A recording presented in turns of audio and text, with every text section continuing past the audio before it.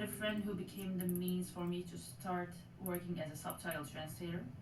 It was volunteering in the start, but then we switched to professional production companies and we translated our way up to being able to translate the first projects of Netflix for Turkey back in 2016. So I started to work as a professional at the age of 18. And I worked as a translator for more than 6 years, but since because they were all freelance projects and they didn't come with insurance or It sucks, but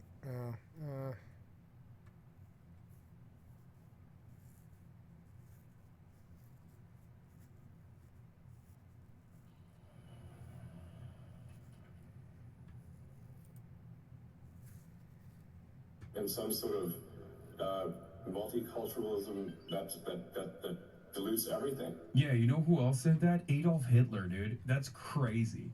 Okay? This is crazy.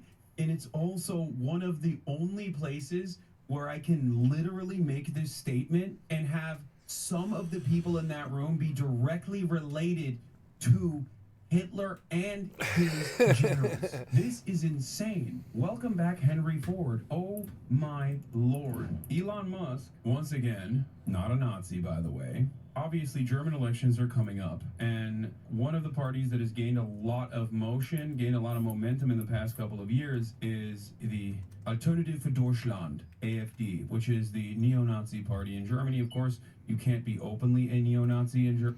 you know, Elon Musk isn't a Nazi as he holds a German right-wing march. I must be mistaken. I'm sorry if it looks like something. It must not be that thing.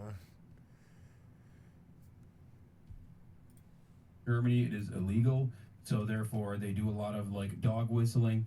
And sometimes, depending on the political circumstances, as conditions worsen, they've become more glaringly obvious about their neo-Nazi propaganda, as a matter of fact. Like, for example, the initial take was, oh, these are not actually deportations. These are not deportations. Deportation sounds Nazi-like. Turns out they are deportations now. They openly are saying that they are deportations. They used to say it's remigration.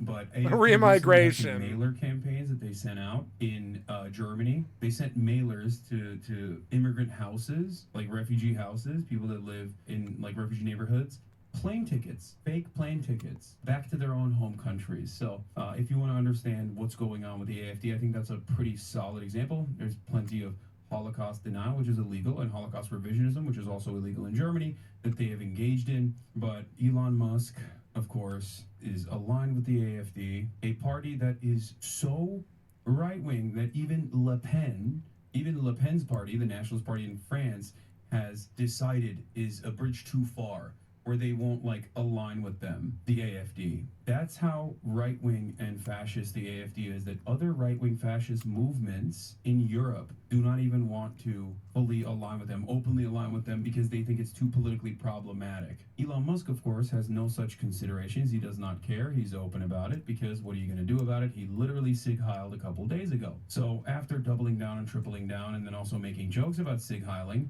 Elon Musk appeared at an AfD rally in Germany. To say. I'm not a Nazi, I just hold rallies with them in Germany. It's not what it looks like, guys. It's not anything like that, no. Oh my god. Hello, everyone. I hope you can hear me. What if Elon Musk is the new Hitler? Oh god. The audio I'm hearing from my side is I can't hear you. So hopefully this is coming through. Can you please confirm that you can hear me okay? Yeah, we can hear you, you idiot. They would have been yelling at you if you weren't. You're dumb. Okay, great. Well, first of all, I wanted to really say that I'm very excited for the AfD, and I think you are really the best hope for Germany. I think some things that something I think that is just very important is that people take pride in Germany and being German. This is very important. It's okay to be proud to be German. This is Yeah, very totally fine. principle. No problem. And, Yeah. it's proud. Just please don't It's good to be proud of German culture. German kick anybody values. else Damn, out. he's even doing the dog whistles, dude. It's very good to be part of the German culture and German Not values. to lose that in some sort of multiculturalism that dilutes everything. You know, I think we want. Yeah, you know who else said that? Adolf Hitler, dude. That's crazy. Okay? This is crazy. And it's also one of the only places where I can literally make this statement and have some of the people in that room be directly related to Hitler and his generals. Okay? This is the one room, dude, on the planet. This and Argentina are the only two places where you can be like, this is sus. Your fascist movement is directly traced back to, by lineage, the former fascist movement, okay, that had to be stamped out. This is insane. Welcome back, Henry Ford. Oh my lord. It's actually okay to feel guilty for the sins of your parents or grandparents' generation. The whole point is that the guilt is so that doing it again is stigmatized. Don't personally beat yourself up for something you didn't do, but don't wash it away either. I think, like, don't feel guilty for the sins of your father while also engaging in the same acts or also gearing up to commit the sins of your father is a devastating thing to say. It is really damning. Yeah, and House Bolsonaro is correct. This will get less attention, but this is way less ambiguous than the salute, for the record. Telling an entire group of AfD neo-fascists in Germany, I think there's too much focus on past guilt in Germany, and we need to move beyond that. Children should not feel guilty for the sins of their parents, their great-grandparents even, is insane, okay? We want to have unique cultures in the world. We want to have people that have, you know, we don't want everything to be the same everywhere, where it's just one big sort of soup. You know, we want to have something where it's, you go to different countries and you experience a different culture, and it is unique and special and good.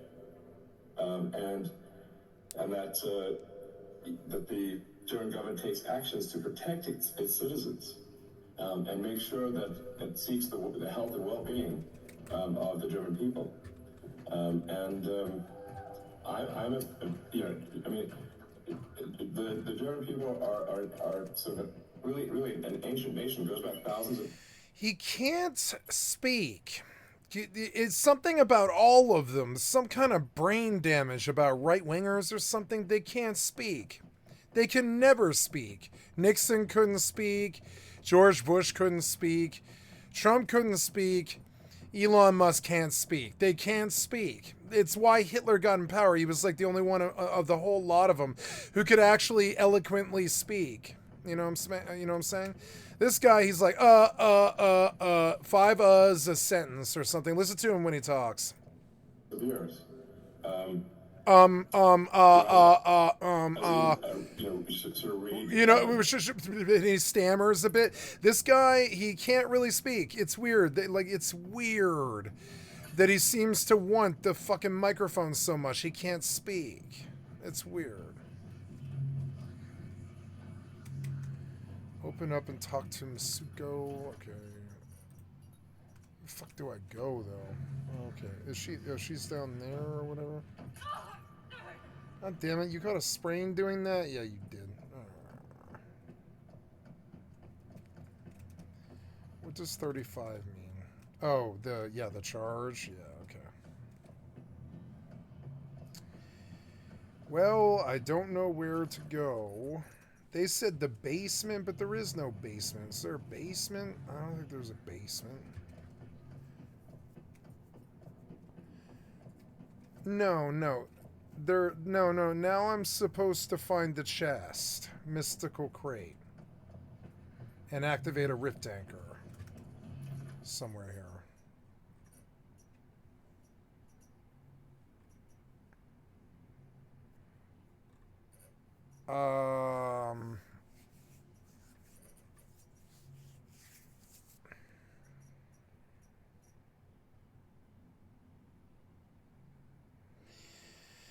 Enter the Chrono Cage on Monolith of Greed Basement. The Chrono Cage. Where the hell is that? Is that it?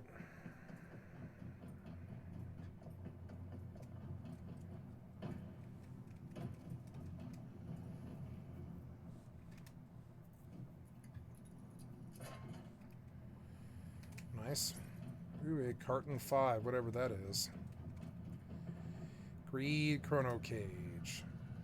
This stuff is so confusing, it doesn't really track, but I mean, whatever, it doesn't matter. He can't speak. Listen to him stammer and stutter. Joe couldn't speak either, but Obama could. Bill Clinton could. You know, like, yeah, a lot of the Democrats, they can speak. But these guys, they can't speak for some reason. They stutter and stammer. Julius Caesar's They always sound to me like they always sound sort of arrogant and like they've got their nose in the air.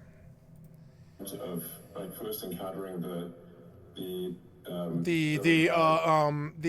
why do you want the microphone so much? You can't barely get a sentence out, frankly, and it actually bothers me. In the gold campaigns, and he was like, "Wow, very impressive. These are very, very powerful warriors." So like, you know, I think there's like. I think there's like, but he's it's like he got his personality from like a episode of Blossom. And he's got a Valley Girl in there. You can hear him. He's like, so like, and it's funny. Listening to him stammer, it's just weird. It's just fucking weird. There's autistic and then there's weird. There's like, this is weird. It's not autistic. It's weird.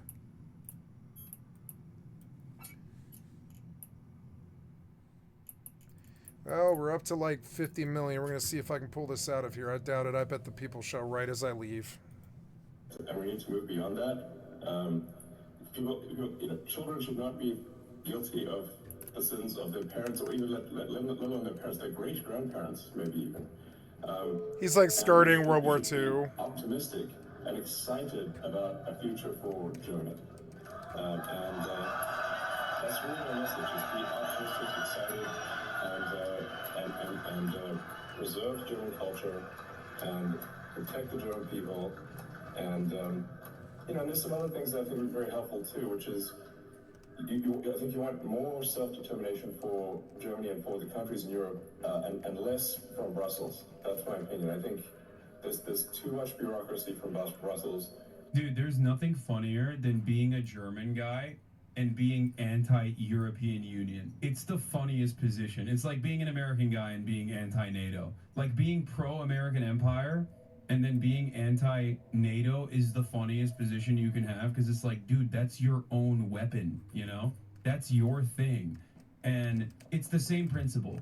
Like, anti-European Union German politics blows my mind, because that's your thing. You are the EU. What are you talking about? Like, oh, it's less bureaucracy from Brussels. It's like, who do you think runs the bureaucracy in Brussels? That's you. You did it. That's your thing. It's you in France. I mean, but like, not really. It's just Germany. Without Germany, it's nothing. Like, if you're a communist, okay, and you want to undermine like Western Empire or something, okay, I get why you would be like anti-NATO or anti-EU, right? If you're a socialist and anti-capitalist of sorts, like, you recognize that the EU is a weapon for capitalism, right? You know, when I'm giving talks at these sort of global... Also, it's so funny to say, oh, I hate the global elite. Dude, you're a South African American billionaire. You're a South African who lives in America now. Yeah, you're like, you're the global elite.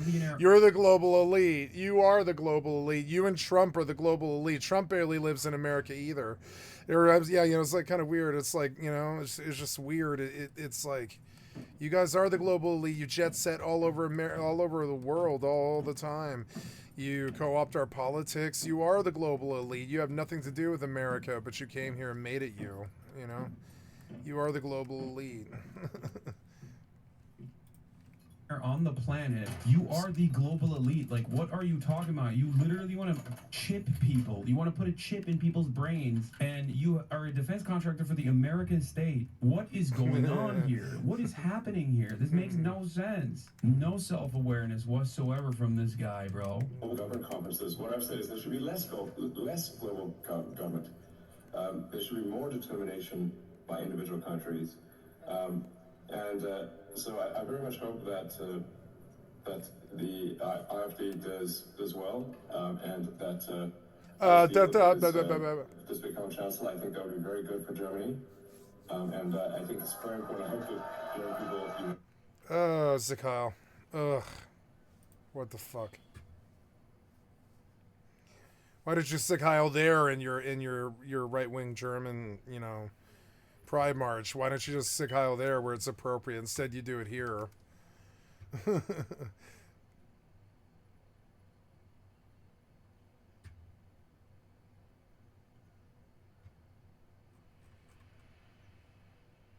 Let's look at gaming stuff.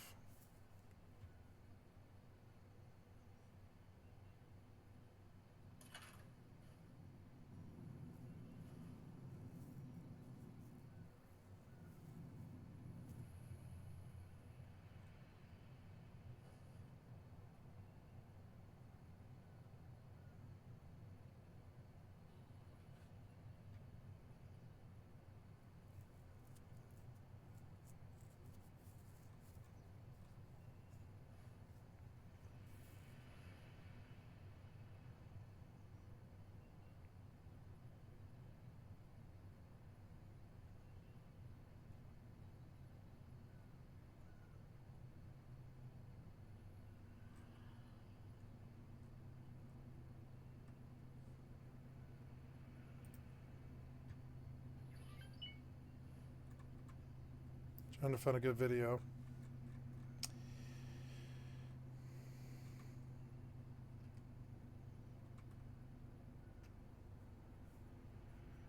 ArenaNet's got a secret RPG project.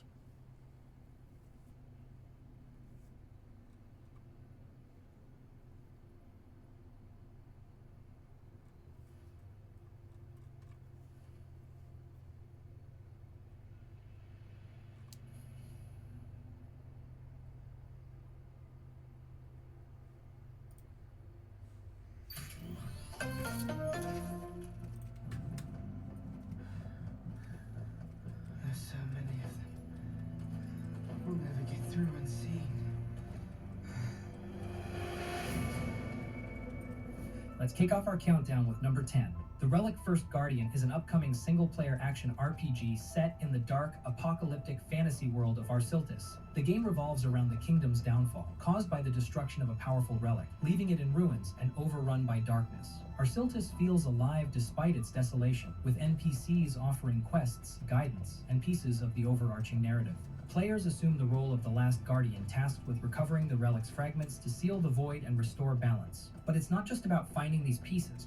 It's about understanding their power, how they connect to the history of Arsiltis, and ultimately how to wield them to restore balance to the world. The semi-open world design invites exploration, offering a mix of linear and freeform elements.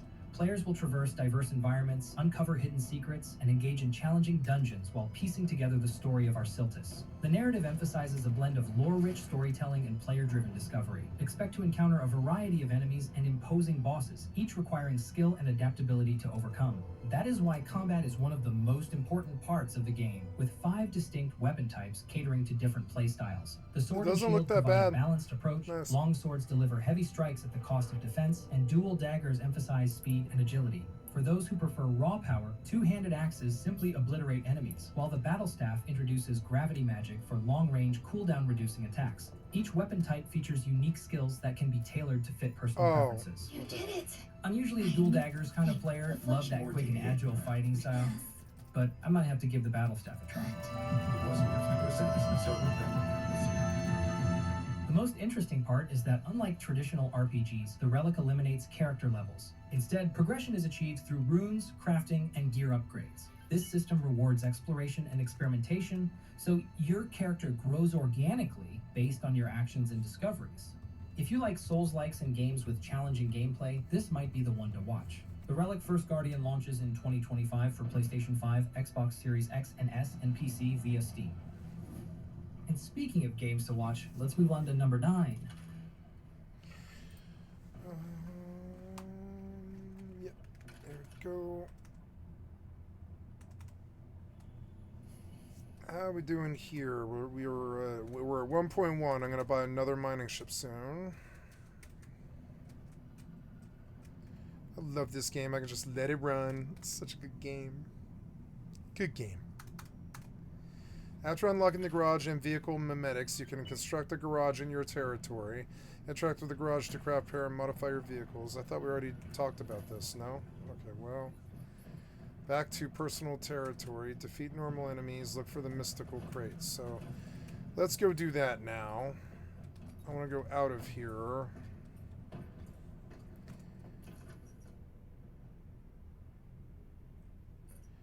Okay, well, let's just go home then. Yep.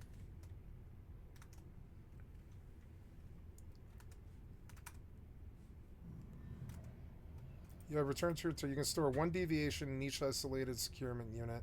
After acquiring a new deviation, you need to construct a new securement unit for it. Yeah.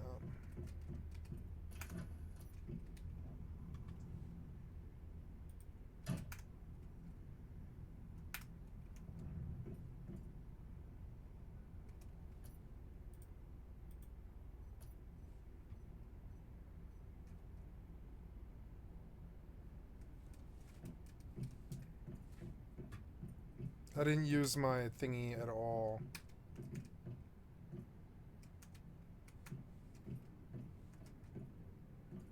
This is the one that becomes a wall.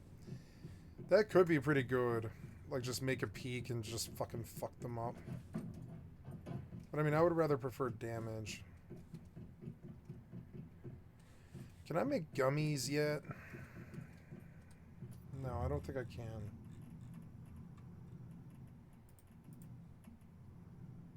Acid.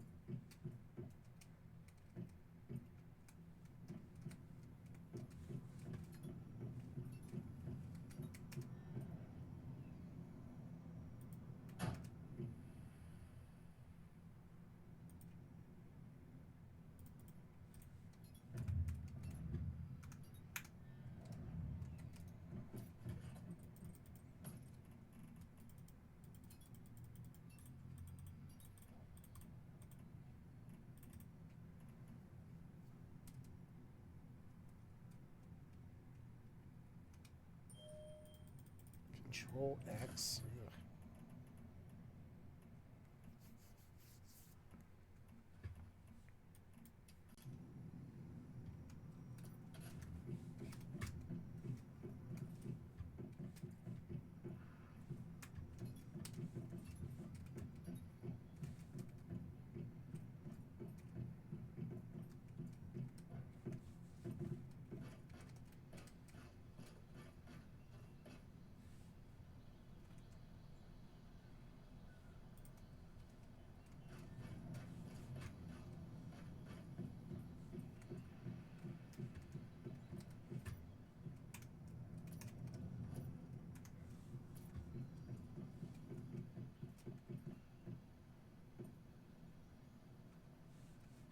Beautiful day.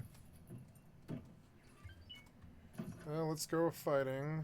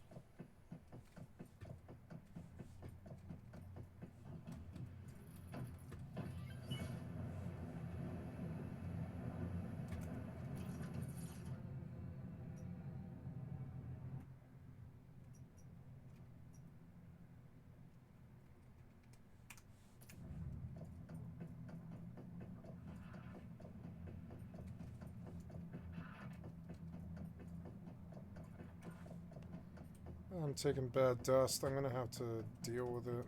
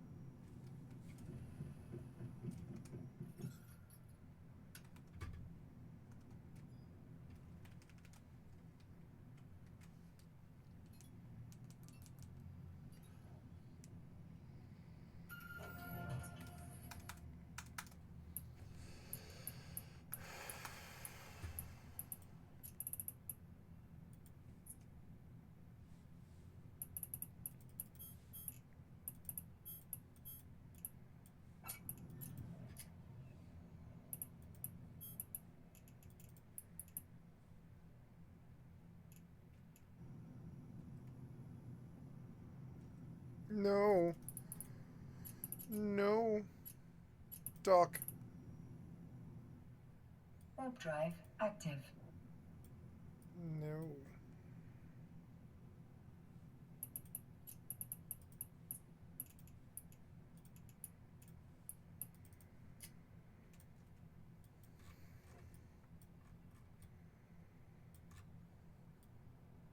He's gonna pop my crate, isn't he? The Hecate always pops my crate.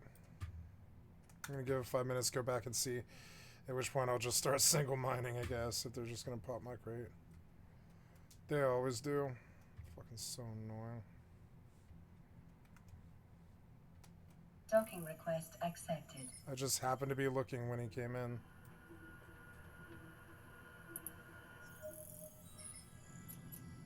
I should have taken a load with me just to make sure I made some money, because this way I made nothing at all.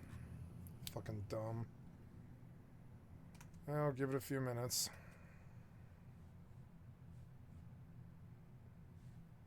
I'll just start single if they're gonna treat me like this. If they're gonna like, I haven't been here in weeks and weeks, but the minute that I show up, they just pop my crate, and it sends the message that I can't crate out here, jet can. That they just won't let me jet can mine out here. They just won't let me do it. They're that much of an like, the randos are that much of an asshole. They're just that bad.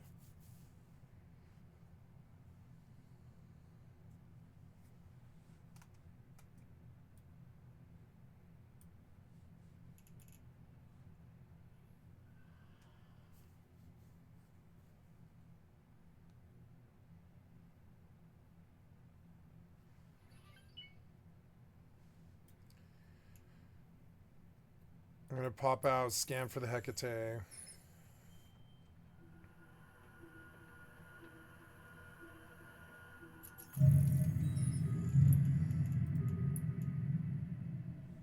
Nope, I see an Executor, but I don't see a Hecate, so we're gonna go back. We're gonna go right back, right the fuck back.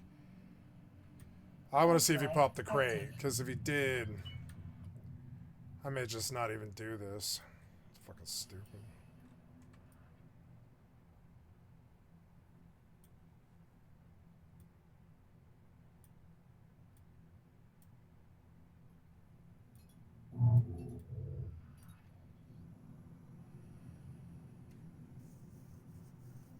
Popping check cans should get you a really bad reputation.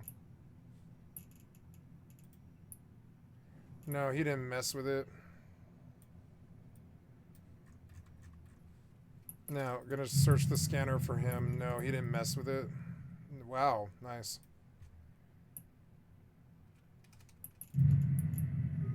Well, I'm just gonna go back to it then. Just go right back the fuck back to work. If it shows up again, I'll leave.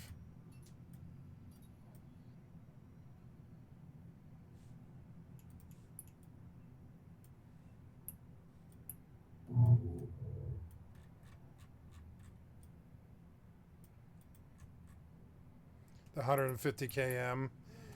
It's good to scare them because they're like, oh, well, I'm going out there. He might actually be bringing a ship. Oh, nope, there's an Executor Navy. Oh, no. Doc. Warp drive active. Exec your Navy. Bye. This guy showed up 5 seconds later. I don't really understand that. This guy might pop my crate. Fucking annoying. Come back in 5 or 10 minutes here. Sweaty nerds because it's prime time. It's fucking annoying.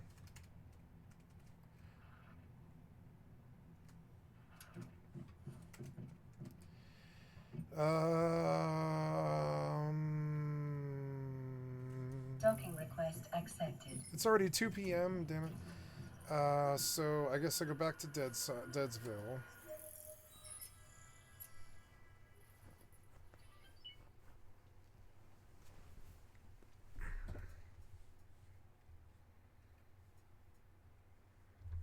Oh, I bumped my camera. Oops.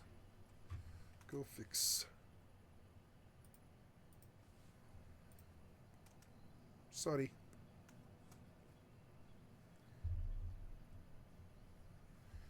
What time is it? It's 10 p.m.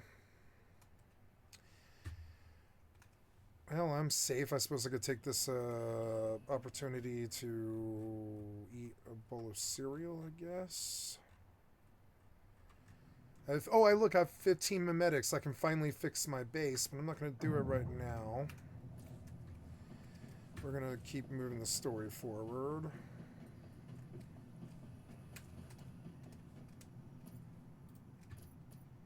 Bravo! Hard to yet the most unbelievable part. Just to make fantastic. It's a shame, but clearly I'd be glad in return. I simply, to quote a fake.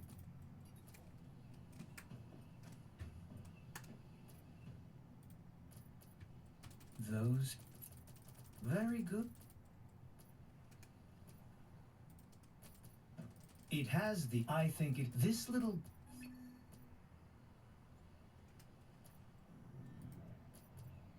Yes, rest assured, as far as I suggest.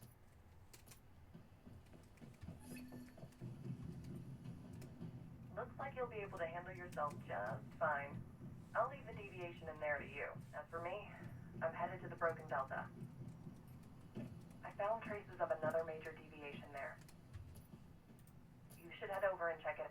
Hey, you're... Yeah, I figured. I still owe... Here's the reward. Well...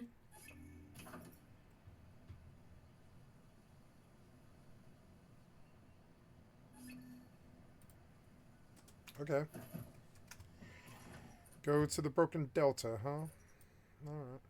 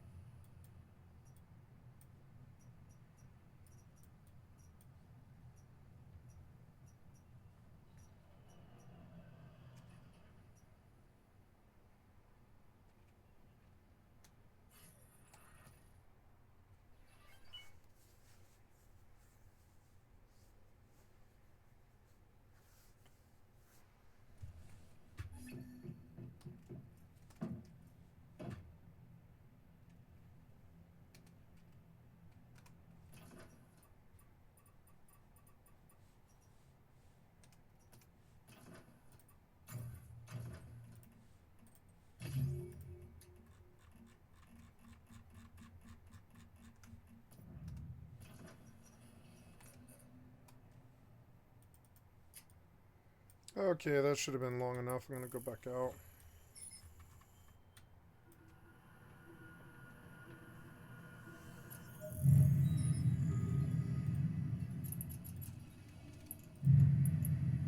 Mobile Depot, but it looks like he popped my crate, unfortunately. Maybe.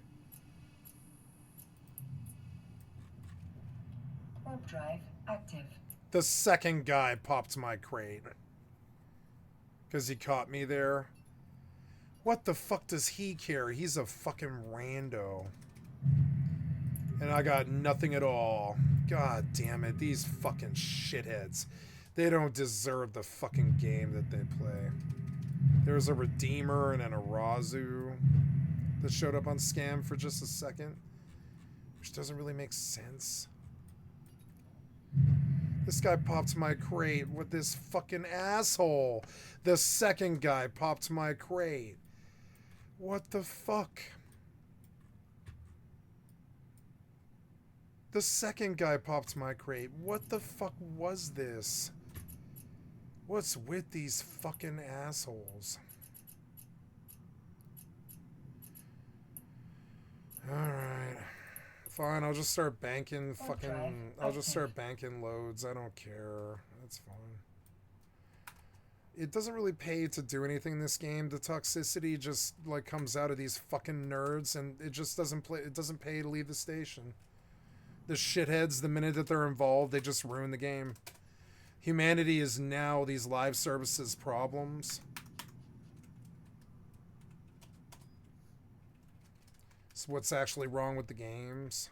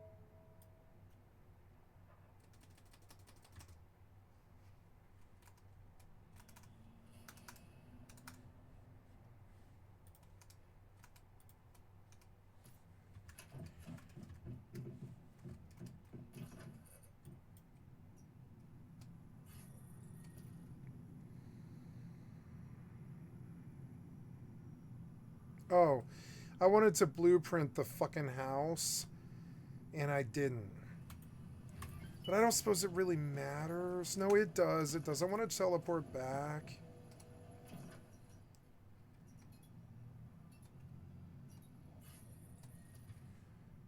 That's fine.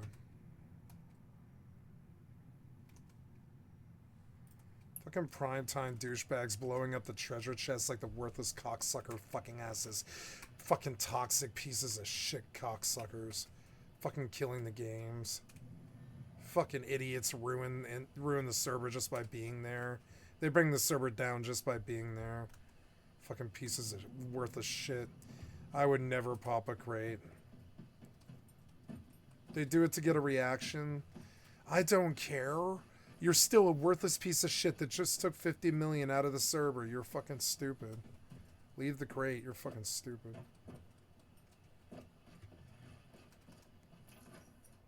Oh, oops, I went the wrong way.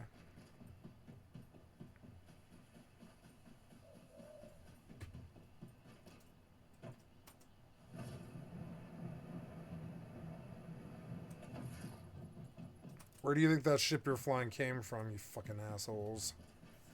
What does the ore have to do with it? You're fucking stupid.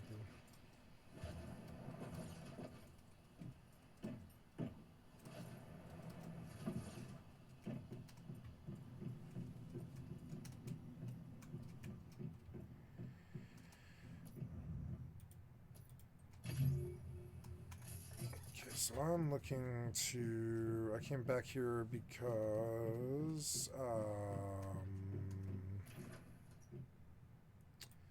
I forget why now.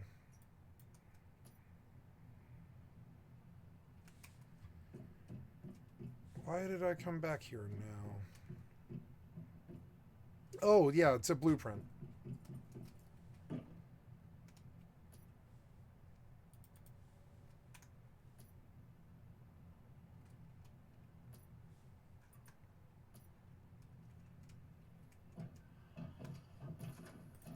Can I do it in the build menu? House blueprint. Here we go. Add blueprint. Save all. First base.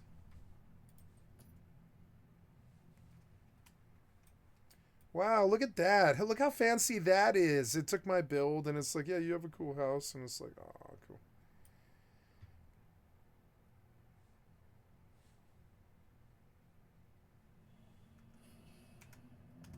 There we go. And then we're going to leave and we'll move.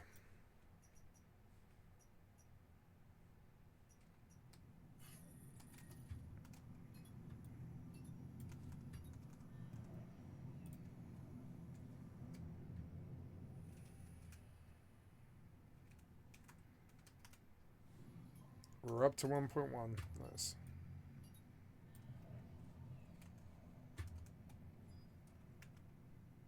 Oops.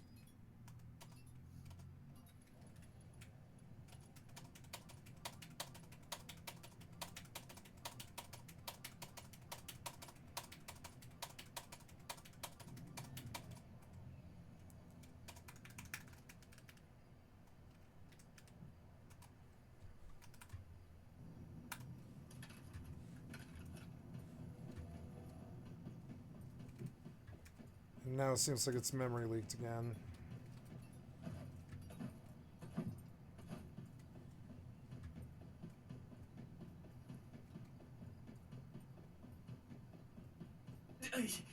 What? It just appeared out of thin air. And it can talk? Stay back, folks. This thing can move.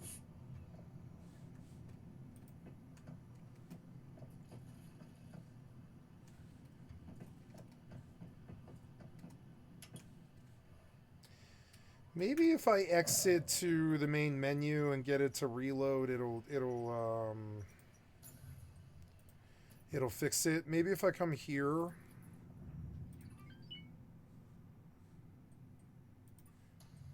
Let's see if a reload fixes it.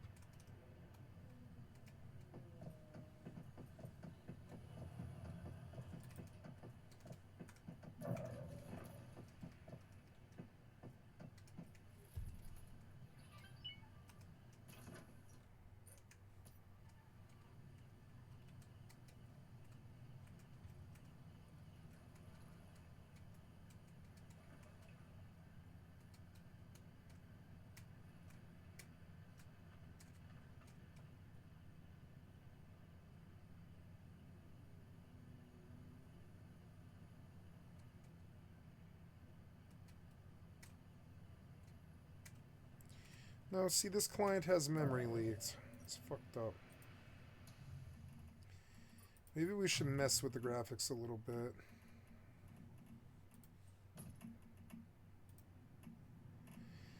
Let's put it on high and have it reload the shaders completely.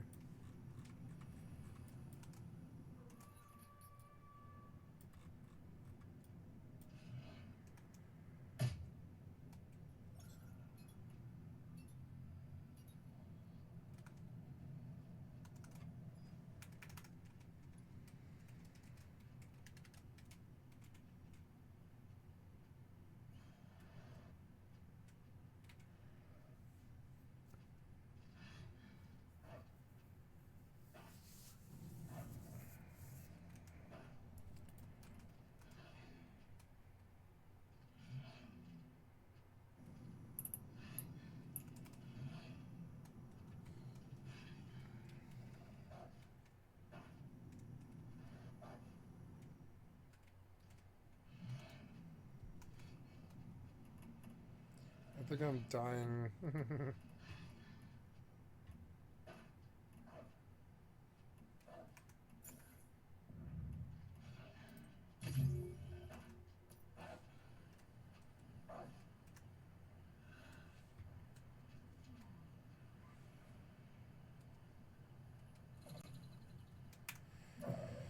This game has memory leaked.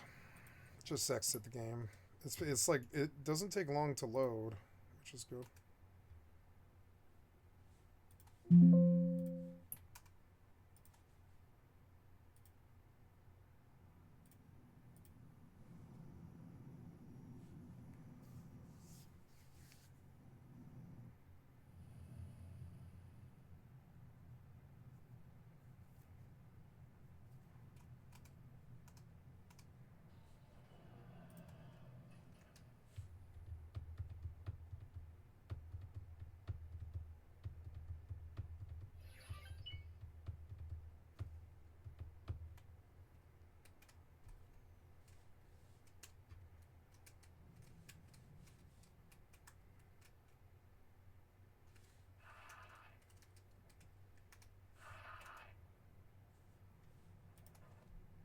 Maybe lossless scaling X4. Well, I don't know. I think it messes up other clients, though. Level 12, not bad. I'm getting up.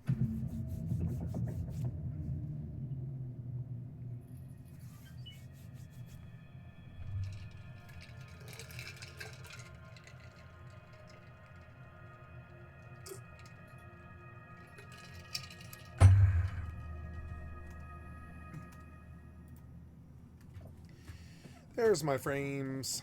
Yay, it's better.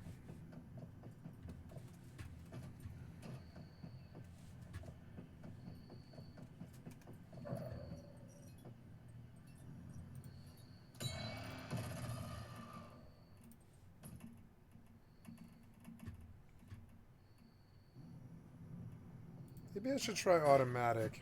Try that. Ah!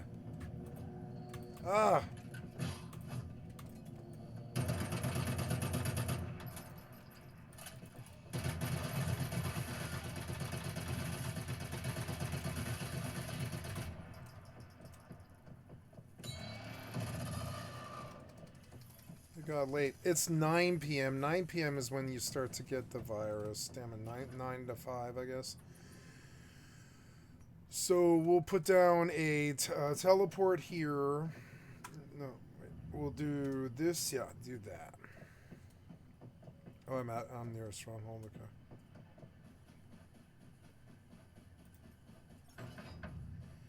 Okay. Okay, and then we will go out to the camp and we will wait out the night and I will do base stuff and come back. I love Once Human. It's such a respectful game. It doesn't fuck you like Rust and make you walk for 45 minutes. It's actually really good. Not that I don't mind walking. I like Rust, but it's lost its mystique for me, and now it just feels like walking. Most of the time it feels like walking. I got really discouraged by it when I tried to play Classic recently. I was like, God, this much walking. Like, I don't know. I don't really want to. Ooh, 15K. Not bad. I think that's the business he's doing. He's doing really good. His morale's good. His piloting's going up. It's good.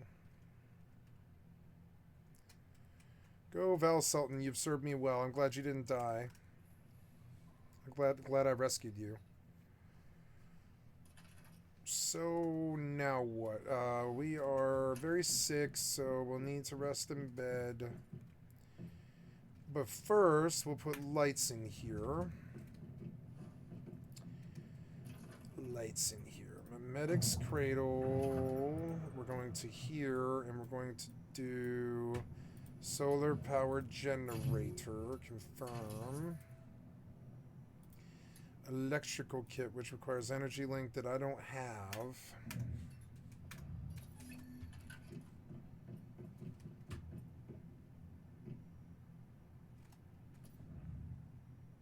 Wireless router, nice.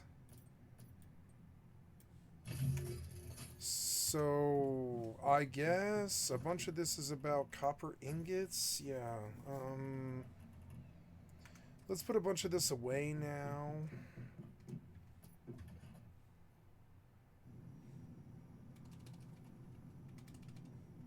GH. GH.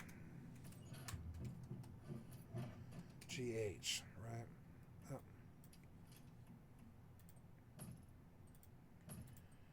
Yeah, that's good.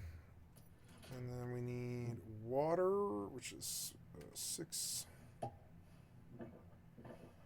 food, of which I'm out of, I guess. So... Oh, did I put away my fancy stuff, though?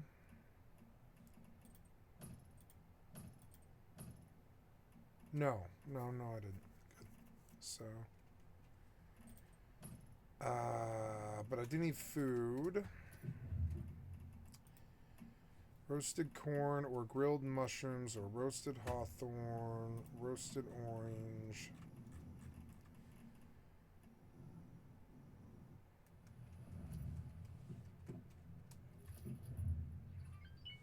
Roasted orange, roasted hawthorn, roasted corn, grilled mushrooms. Oops, grilled mushrooms. That should be enough, yeah. And now we will finally put down a solar panel if I have the mats. I might not have the mats. What are you doing? Stop that.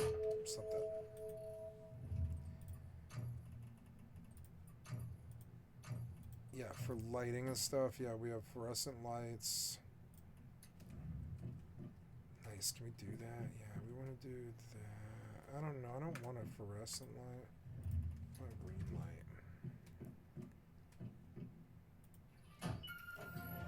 Badass. Only one because I'm out of rubber. But that's still cool.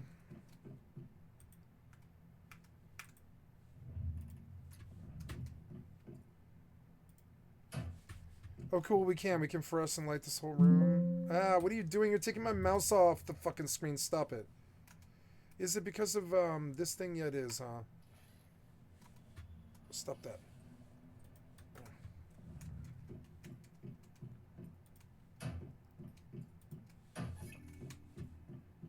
You didn't pause, did you? No. So dope. Look, like, I like the loss of scaling for this because it feels a lot better. The game looks a lot better. The game has all this bleeding and stuff because the FPS sucks. Maybe I should turn off its own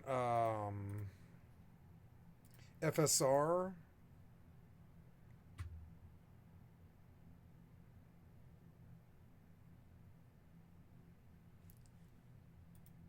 Yes.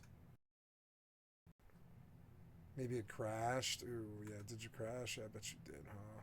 Because it didn't like this. Oh no, and I didn't save, maybe. Oh no, did this crash my computer? Yes, it did.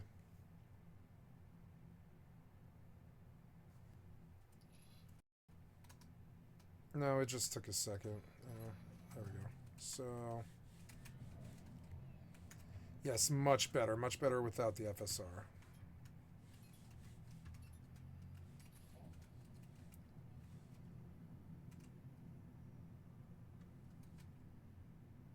So cool.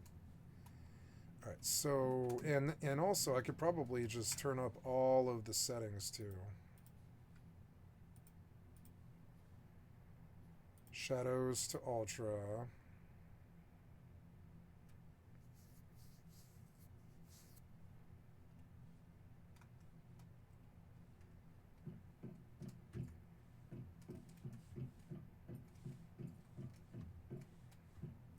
We're out of glass? Oh, cool. Glass is easy.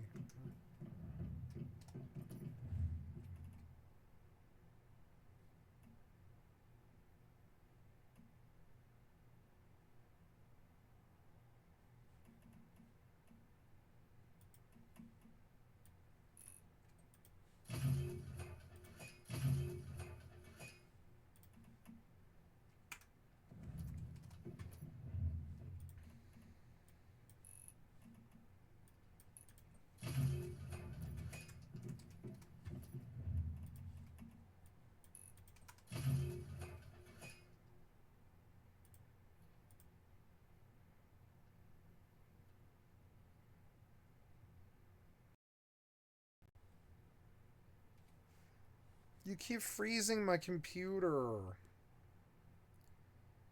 No, I can't do this. You don't like this.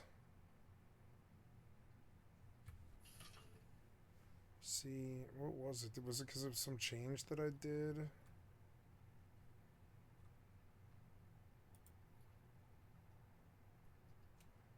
Oh god, you keep freezing my computer.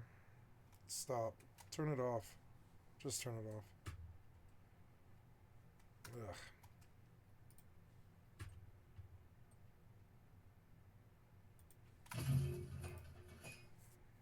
Yeah, you don't like this, huh? That's okay. Just run your...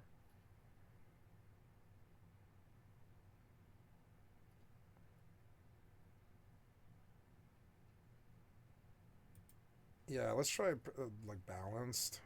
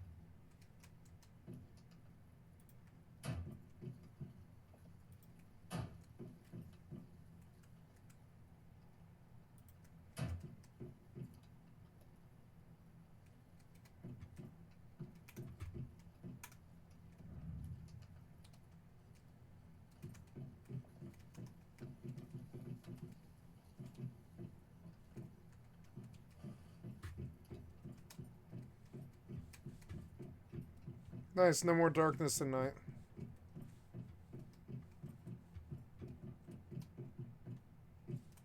I'm gonna have to rest for the rest of the evening though, because of the fucking poison.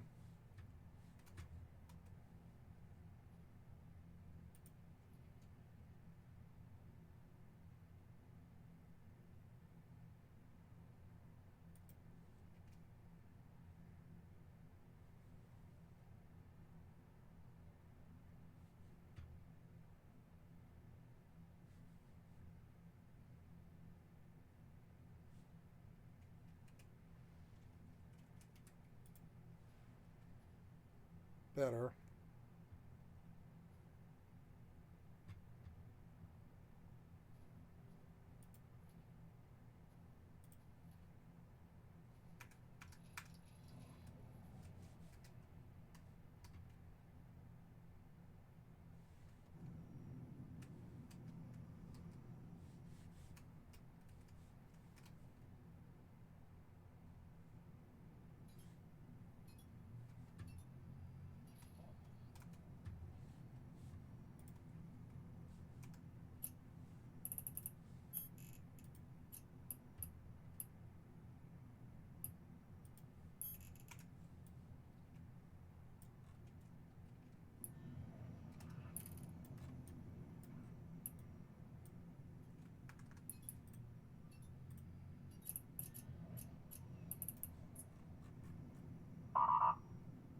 Warp drive active.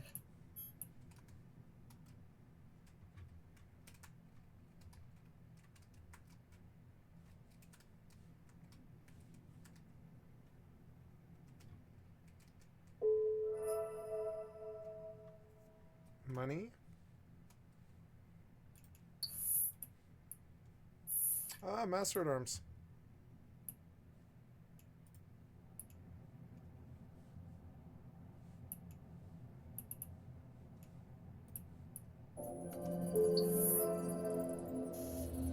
Oh, expiring?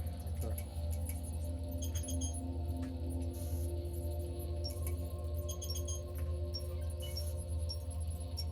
Docking request accepted.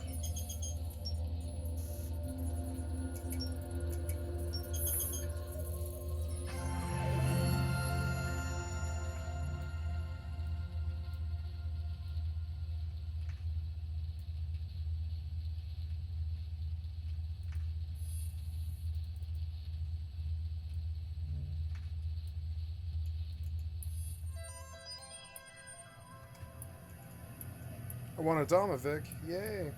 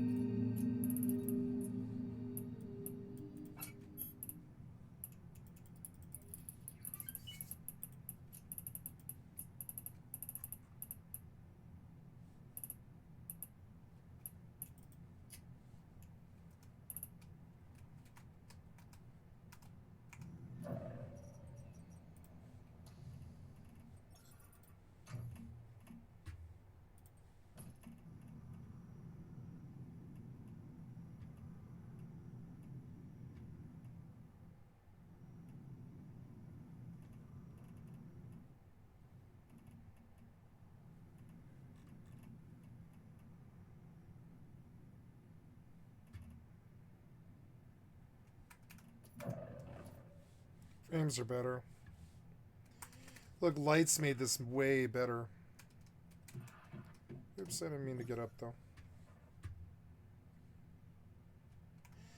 No, I think I want to turn the resolution scale up, though.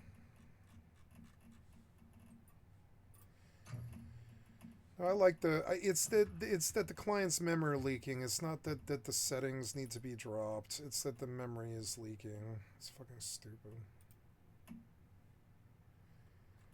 Let's disable the VSync and see how I do there.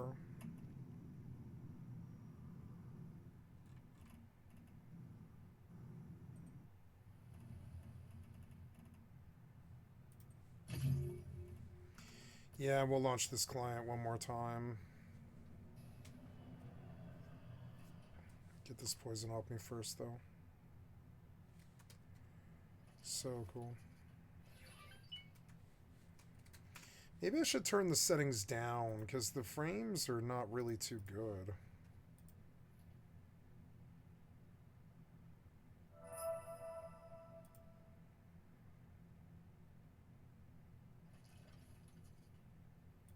Let's drop it to low and see how it looks.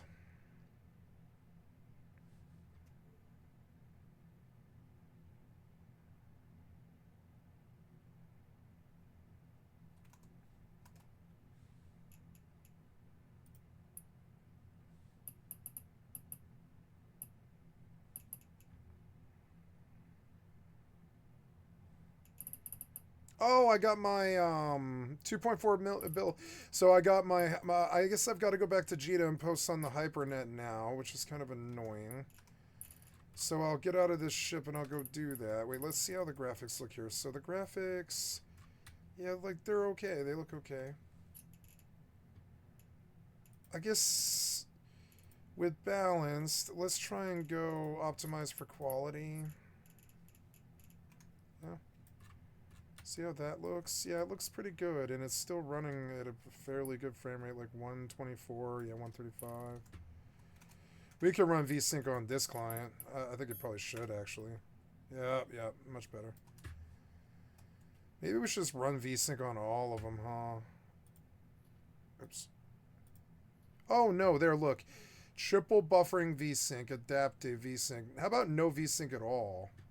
And see how that goes. Graphics are on low. Let's see how it runs now.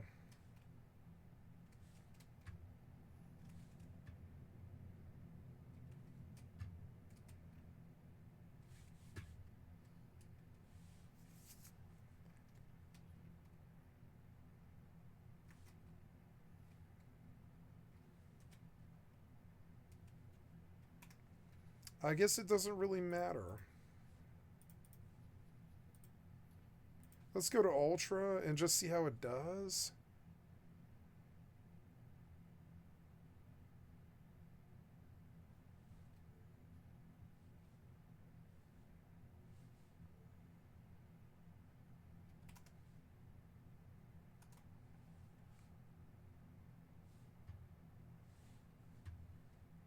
Okay, poison's off me. I'm going to relog the client one more time.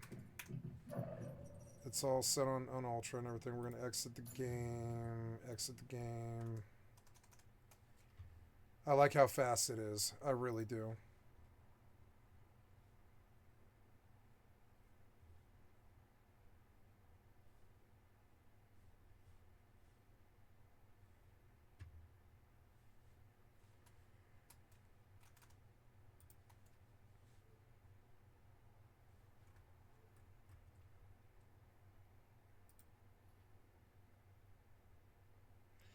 Maybe we should try FXAA high and just see if that improves it too.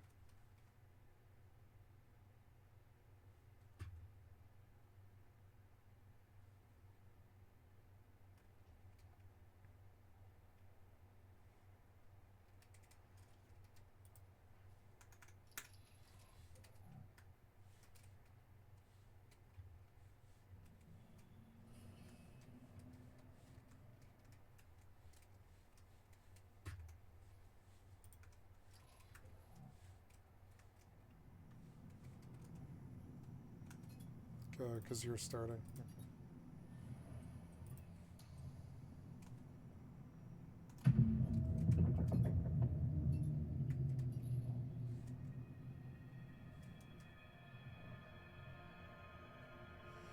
No, it doesn't look as good at all.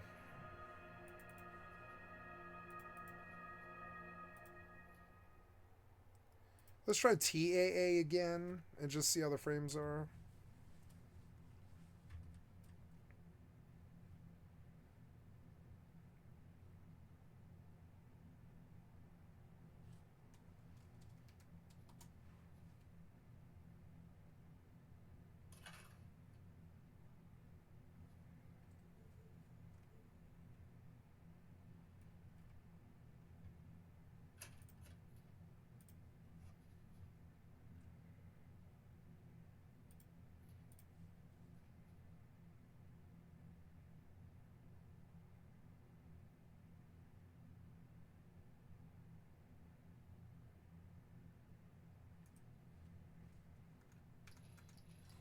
Yep.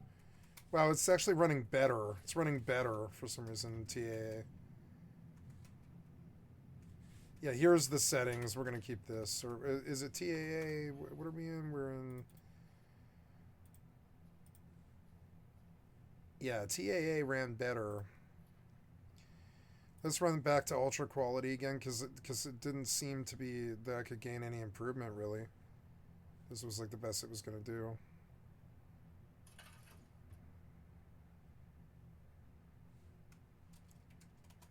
Yep, and then, but I wouldn't mind, oh, the UI glow intensity should be up, and, yeah, this is the best that it's looked, and the frames are doing just fine. I think once humans got a memory leak, and when it does memory leak, it like, oh, look, yeah, the game looks way, way better. And I'm still getting really good frames, so whatever.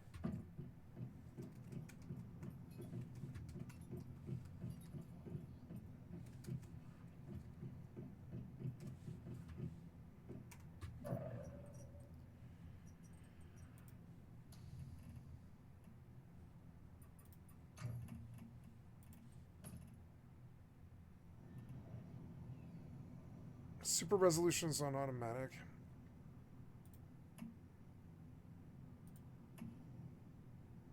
But let's try balanced.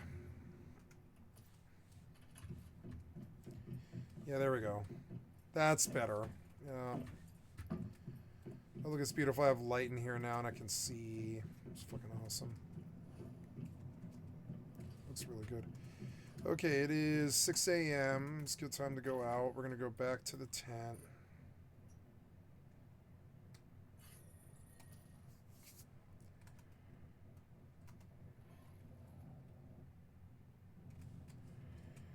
Yep, game looks the best it has. I'm just messing with all the settings, making sure we're in the right ones.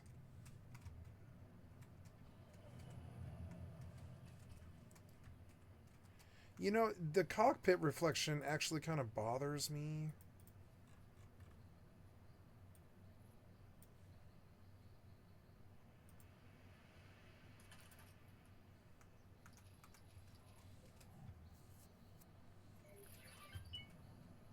14K from Falcon Vanguard. Nice. Yeah, he is making pretty good money. 15K. 1164.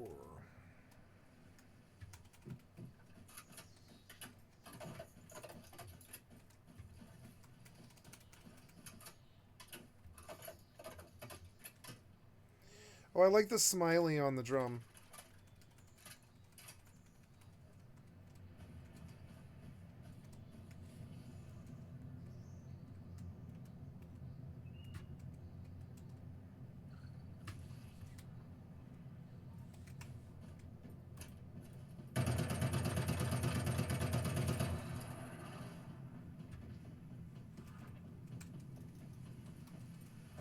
Ooh, rain. Yay.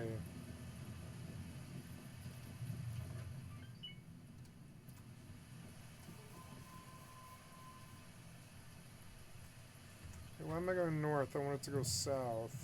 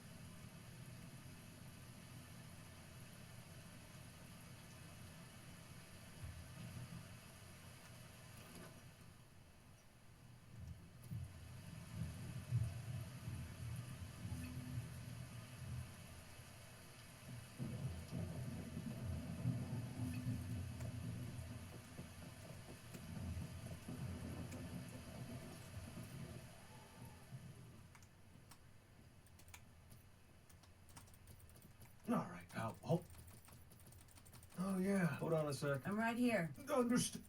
Strange. You can go ahead here. Agnes Joe. Next, Bennett. Next. Yeah. I figured there's an abandoned. Good.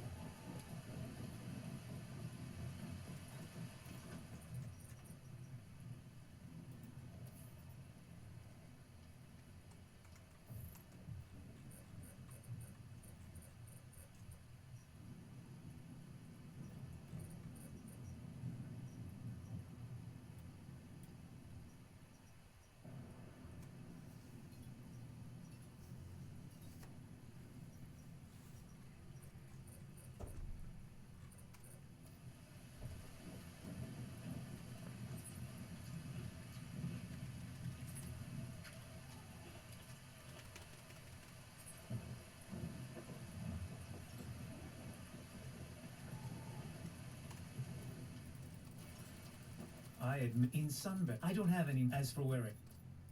Excellent. Yes, from what people. The entire. Unfortunate.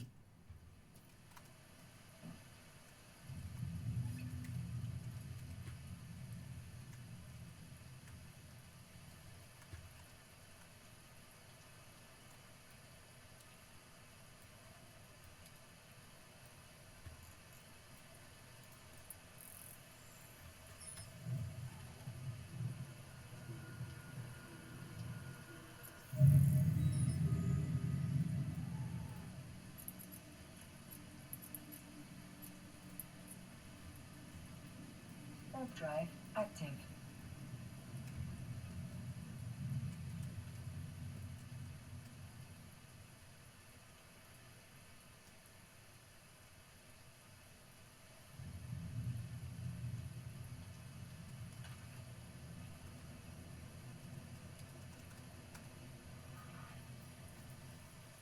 Ballad of Antara is an upcoming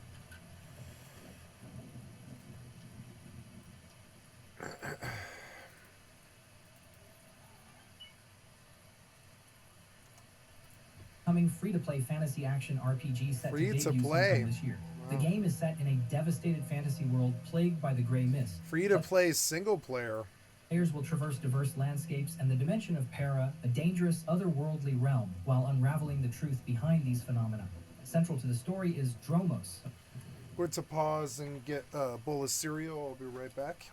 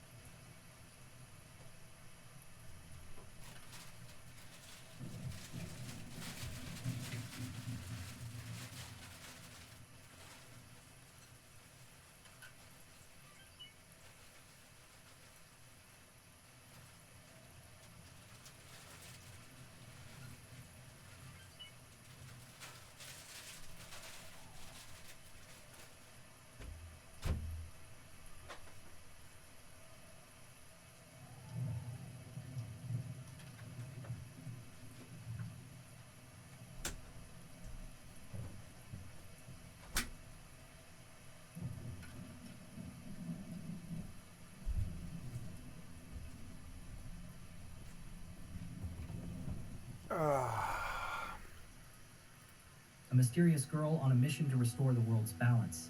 Gameplay revolves around emissaries, powerful entities that players can control. Each emissary belongs to a unique class with distinct abilities and combat styles. Combat emphasizes fluidity, allowing players to dynamically switch between 3 characters in a squad. The action leans towards with players using elemental forces, arcane powers, and even in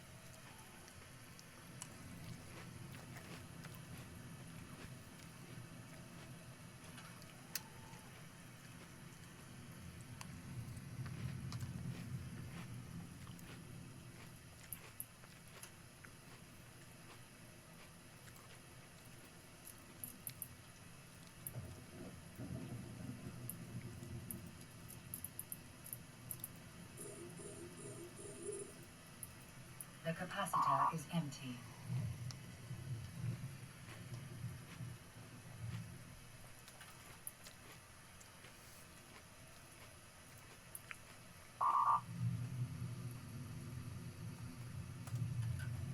enchanting items. What sets Avowed apart is Obsidian's dedication to narrative depth, where every choice you make is expected to have significant consequences, both immediate and long-term. The world feels alive, with factions vying for power, complex relationships, and histories shaping the story. With dazzling environments rendered by Unreal Engine 5, players are set to be fully immersed in a gripping narrative. The developers have also hinted at rich character development and a deep world filled with lore, but we'll have to see this for ourselves before making a definitive recommendation.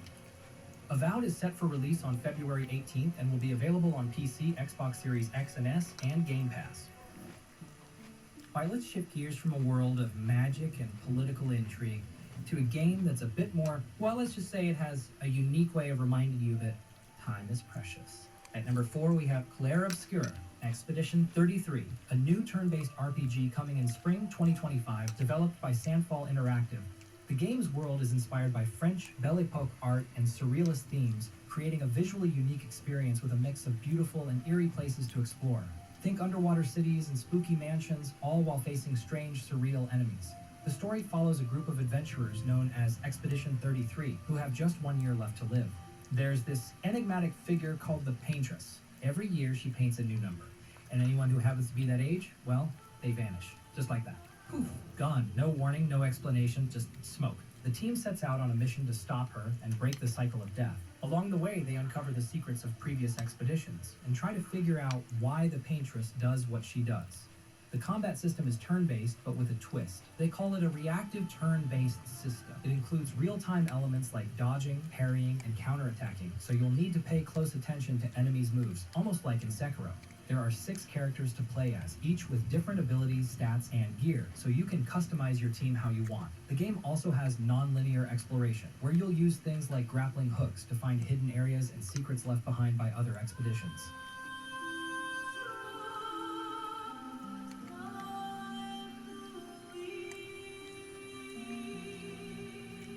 With its beautiful art, fun combat, and interesting story, Clair Obscura Expedition 33 looks like it'll be an exciting RPG to dive into. And like a cherry on top, the game features a stellar voice cast with big names like Andy Serkis, Ben Starr, Charlie Cox, and Jennifer English, bringing the characters to life. The game is set to release in spring 2025 on PC, PlayStation 5, and Xbox Series X and S, and it will be available on Xbox Game Pass on day 1. Let's journey to a land steeped in history, folklore, and a touch of supernatural horror. At number 3, we have Wuchang Fallen Feathers, an action RPG from Lindsay Games set in the chaotic late Ming Dynasty, specifically 1647, where the Sichuan region is devastated by war and a supernatural disease known as the Feathering. But what is this feathering and how does it impact the world? It's something like a curse, a transformation that twists the flesh, corrupts the soul, and turns people into something monstrous. Players control Wuchang, an amnesiac warrior, as she uncovers the mysteries of her past and the disease spreading through the land. The game combines dark folklore with historical events, creating a rich narrative experience centered on unraveling hidden truths and confronting the creeping horrors that plague the world. Players will encounter both human and monstrous enemies, including grotesque bosses. The combat system is inspired by wuxia films and Souls-like mechanics, featuring a diverse range of weapons, from longswords to dual blades and powerful magical abilities. Players can seamlessly switch between weapon types and cast spells using the Featherweave system, which emphasizes fluid combat transitions. Each weapon has its own unique mechanics, and spells are earned by defeating powerful foes. The game also introduces a dual-wielding system, combining martial arts with elemental attacks. The combat feels akin to Dark Souls and Sekiro, offering a blend of strategy and reflex-based gameplay. The game focuses on exploration, with interconnected environments based on real-world Sichuan locations scanned for realistic detail.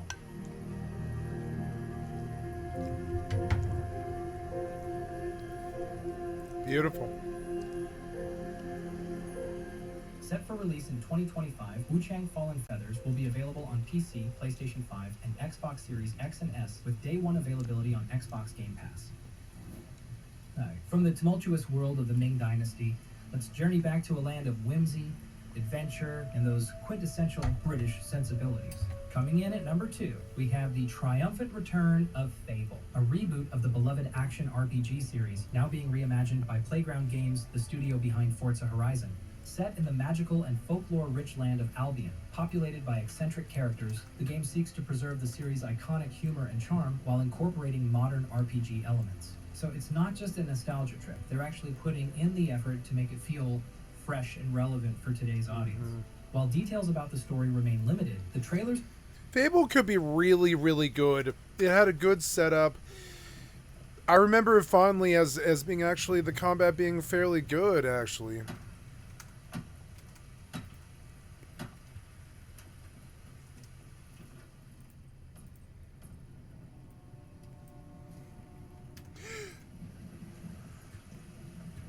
Oop, what the hell?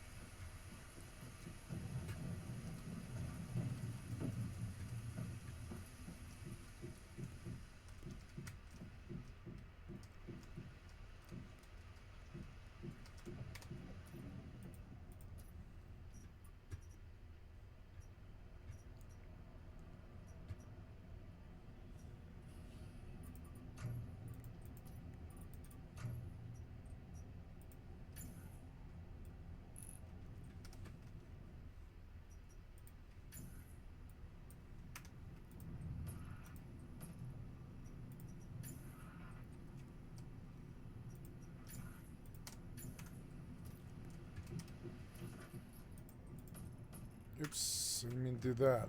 Oh well.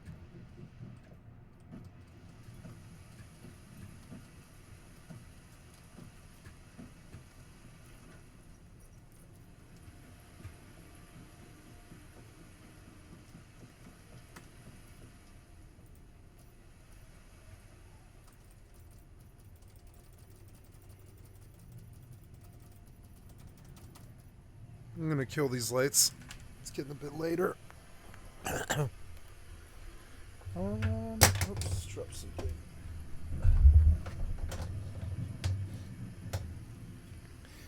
My stick and knife. Just kidding. It's an X-Acto blade.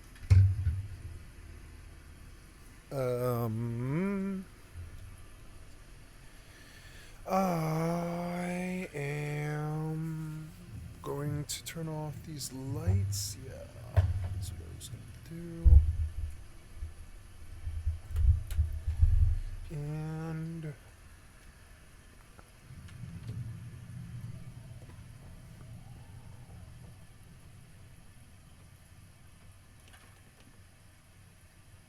we are. Much better, much more evening appropriate. Oh, my TV got moved, and I'm gonna fix it.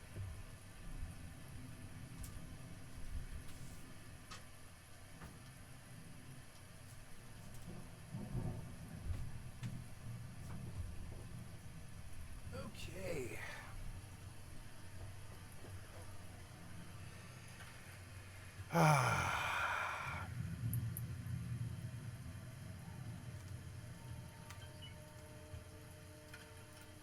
Suggest you'll play as a customizable hero navigating morality and destiny. The Guild of Heroes, a hallmark from the original trilogy, might return, though this remains speculative. Humor remains central, with Richard Ayoade and Matt King delivering memorable performances in the trailers. Combat features both melee and magic, with glimpses of archery, fireball abilities, and finishing moves. Early impressions hint at gameplay akin to The Witcher 3, emphasizing real-time action and tactical decision-making. Morality-based systems that alter character appearance and choices may return, but specifics are yet to be confirmed.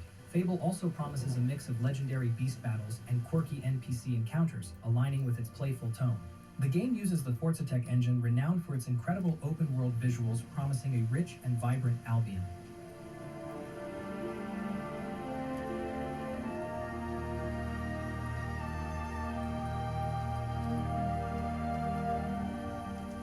Fable is one of those games that's not just about completing quests and leveling up, it's about creating your own story, becoming a legend in your own right. And it looks like the reboot is going to stay true to that spirit. For those curious about the original series' impact on the RPG genre and why this reboot feels like a natural evolution, be sure to check out our video where we dive deeper into these topics. Fable is set for release in 2025 exclusively on PC and Xbox Series X and S. It will also be available on Xbox Game Pass at launch. The first Berserker Kazan is a single-player action RPG, releasing on March 27th for PC, PlayStation 5, and Xbox Series X and S. A spin-off of Dungeon Fighter Online, it tells Kazan's dark story of revenge and survival in a grim fantasy world. Blending Dark Souls-style challenges with anime-inspired combat, it emphasizes parrying, precise timing, and evolving gameplay. Expect brutal bosses, no difficulty settings, and incremental progress for every failure. Demo out January 16th on all platforms. And on the same day, we are getting another Souls-like called AI Limit. This is a post-apocalyptic action RPG that stands out with its anime-inspired art style. Set in Havenswell, the last bastion of humanity, players step in... More Souls-likes, yay. And now, at number 1 we have Kingdom Come: Deliverance 2. The original Kingdom Come was a groundbreaking game. It set a new standard for historical accuracy and immersive gameplay. It definitely wasn't a game for everyone, but for those who connected with it, it was an unforgettable experience. The sequel takes players back to the richly detailed world of 15th century Bohemia, continuing the journey of Henry, the blacksmith's son turned hero, amidst a backdrop of political turmoil and personal growth. Set in 1403, the game builds on the events of the first installment, presenting a narrative that intertwines Henry's evolving role with the historic conflict between King Wenceslaus IV and his half-brother Sigismund. The story expands on Henry's rise, placing him at the center of Central European politics and war. The game refines its realistic first-person melee combat, drawing from authentic European martial arts. Combat remains technical, but is now more approachable for new players, with streamlined attack mechanics and improved systems for engaging multiple foes. Stamina and precision are still key, and the introduction of primitive firearms adds a fresh, albeit unreliable dimension to battles. The world of KCD2 is more expansive, featuring 2 distinct regions including the bustling city of Kuttenberg. This Gothic urban hub contrasts with the rural landscapes, adding to the realism and immersion. Towns and cities are scaled authentically, creating a believable medieval environment ripe for exploration. Quests and choices are more dynamic, with multiple ways to approach objectives, whether through diplomacy, stealth, or combat. That's why decisions carry weight, influencing long-term outcomes, character relationships, and the narrative's conclusion, which means that players can shape Henry's arc, steering him toward heroism or infamy. Character progression is overhauled with an updated skill and perk system, offering a more accessible yet rewarding upgrade path. Alchemy makes its return alongside the addition of blacksmithing, something fans have always wanted to see, further diversifying the gameplay. Slated for release on February 4th on PC, PlayStation 5, and Xbox Series X and S, Kingdom Come Deliverance 2 promises a deeper, more polished RPG experience. With its historical accuracy, expansive world, and focus on player choice, it aims to build on its predecessor's legacy while inviting new players to its immersive medieval sandbox. And with that, I think we've come to the end of our journey through the RPGs of 2021. Before you go, don't forget to check the pinned comment for any updates or changes to the games featured here. And while you're at it, hit like, subscribe, and turn on the bell so you never miss future updates. So what games are you most excited about? What trends are you hoping to see more of? Got suggestions or topics you'd like us to cover in the future? Share your thoughts in the comments below. Thank you for joining us on this epic adventure through the RPGs of 2025. So keep exploring, keep those dice rolling, and most importantly, keep having fun.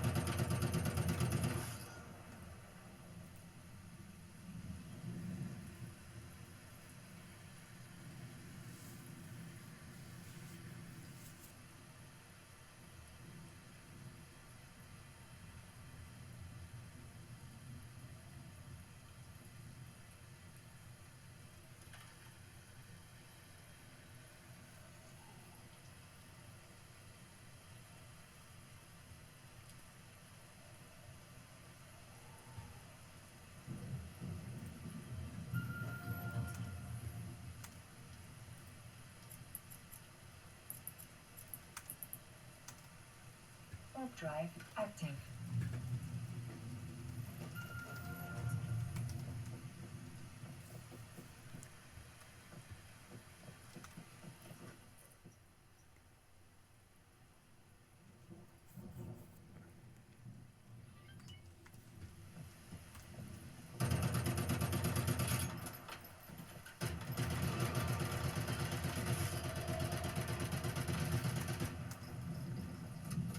This is where the Mayflies assembled and prepared for their assault on Rosetta.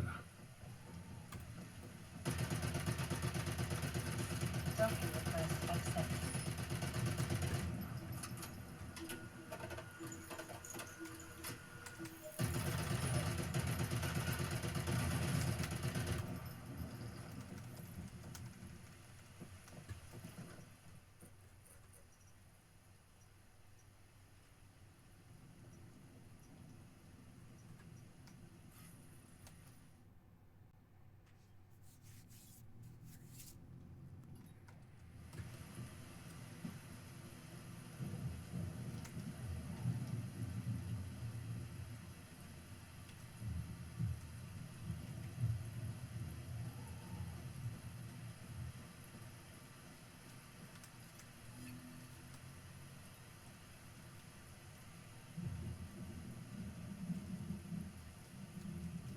Oh, look at that. That is so dope.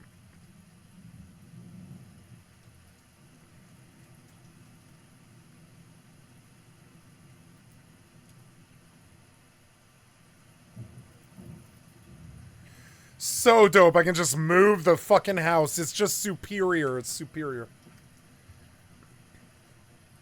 I don't live on that cliff anymore, which is kind of sad, but I do live here at this monument. I can just go fucking farm it for a while and get the quest done. I'm understanding the game a little bit better. I didn't really understand it at first, but I think it's a really good game. Cool, cool. I like my well-lit house. Yeah.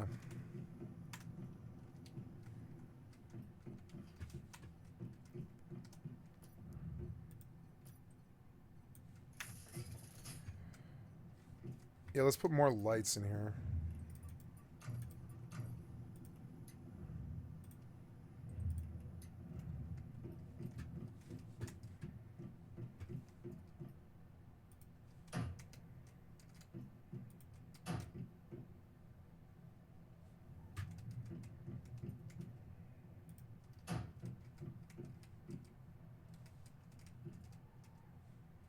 I love this fucking game. It's better than 76.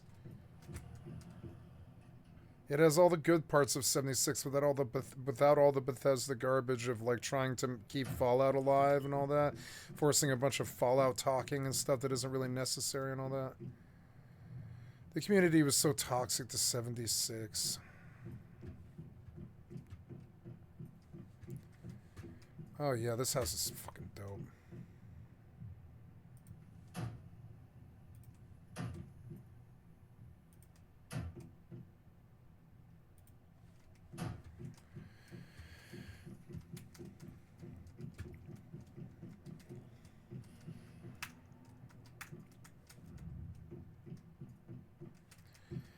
Now it's 7 p.m. We got 2 hours to mess around.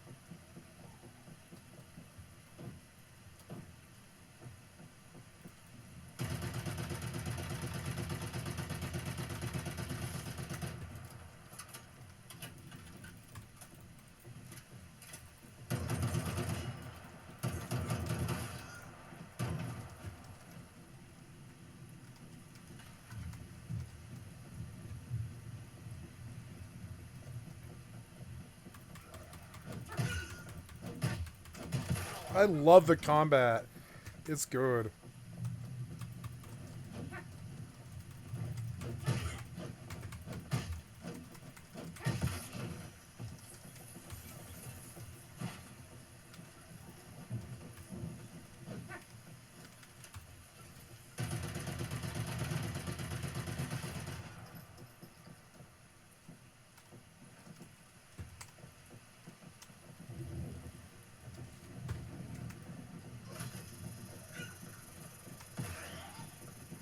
Nice, first encounter, season goal completed.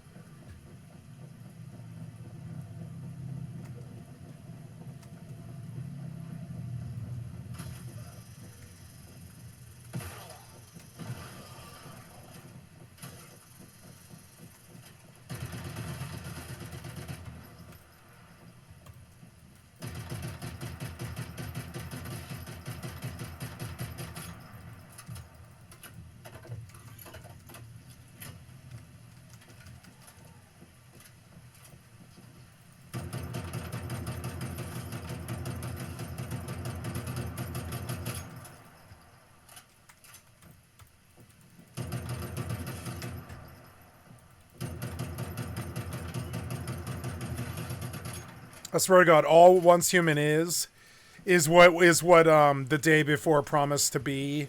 They were just like, oh well, now we've got our blueprint of what the perfect game is, so they just went and did it. All they did is they just went and did it. Look, perfect frame rate, good graphics, well designed, well, like, you know, paced and good combat and stuff. And they were like, well, we could do the day before, but better. We like Rust more than we like day before.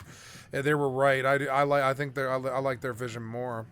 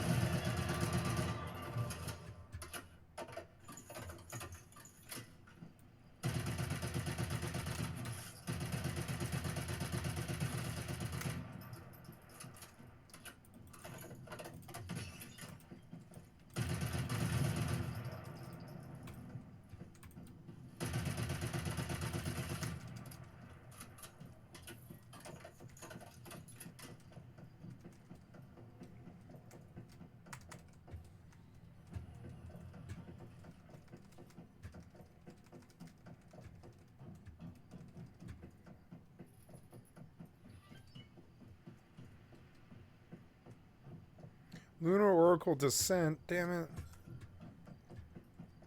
That might change things for me. Might have to go home. I mean, it is 9 p.m., yeah. I better get home. I'm just going to get poisoned. I love this game. It plays even more tense than Rust in a weird PvE manner where you've got to get home the minute the night starts because everybody just comes out to kill you. All the poison gets worse and all that. Oh, look, it's all well lit as it's going to get darker and stuff. I feel all safe in here. I want some kind of entrance to the roof, and I imagine I'll probably do it here. Inside approach to the roof, which I guess would be right here.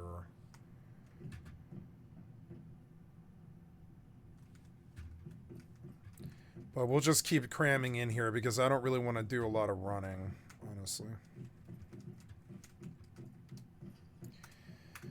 Well, so it's nighttime and I can spend my points, and I am in love with this game. I'm absolutely in love with this game. Let's rest and do my points.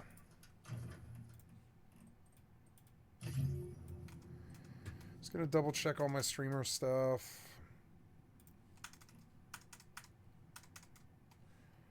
Yep, good. Good. Good. Good. Good, good, good, good. Everything is good. Very good. Very good. And, so...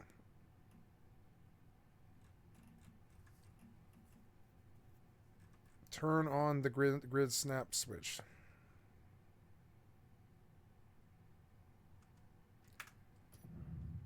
Okay.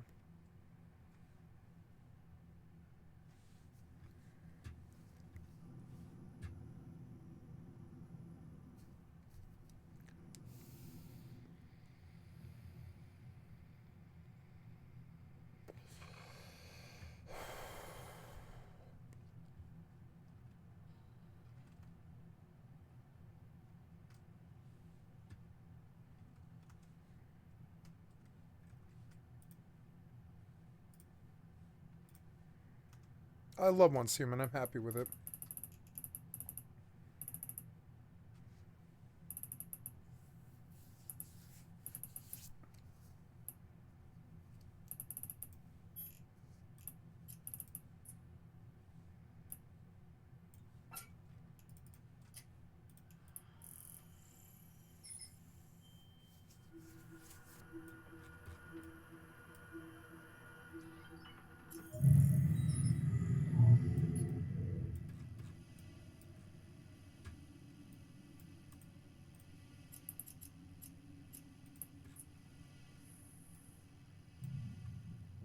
Warp drive active.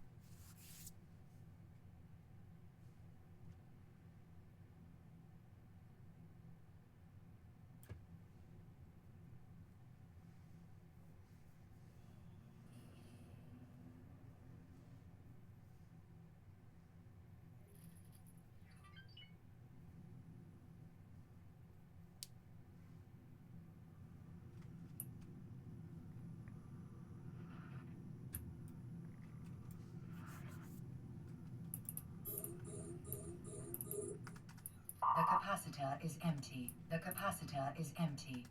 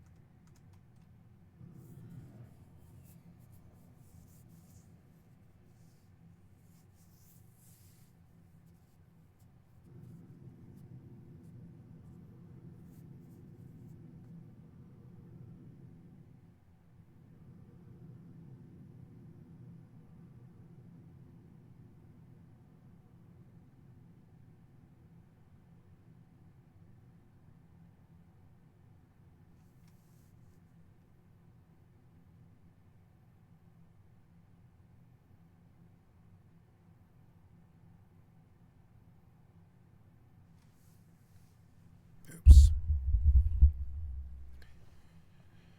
Okay, her poison's almost gone. It took me 3 hours to get it off me, though.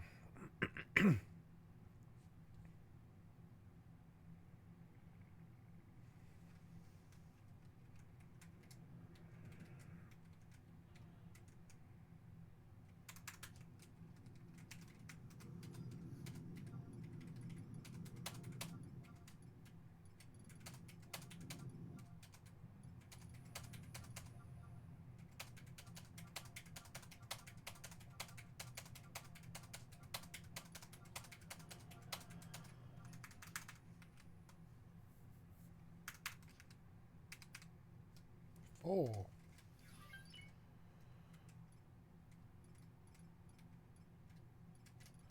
Yeah, I better go sell.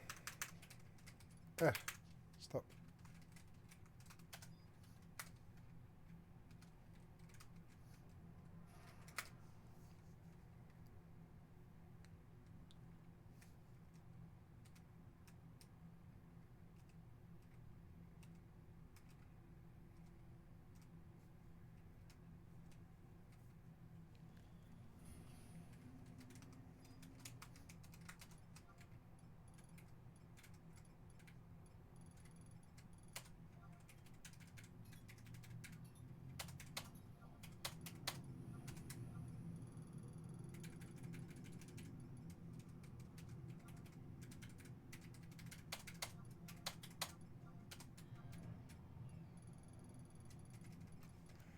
I gotta say, I've really liked not having headphones on.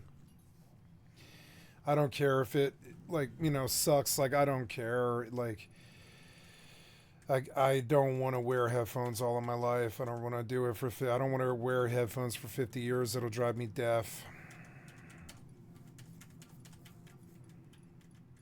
It was nice for the Rust era. I don't care about it anymore.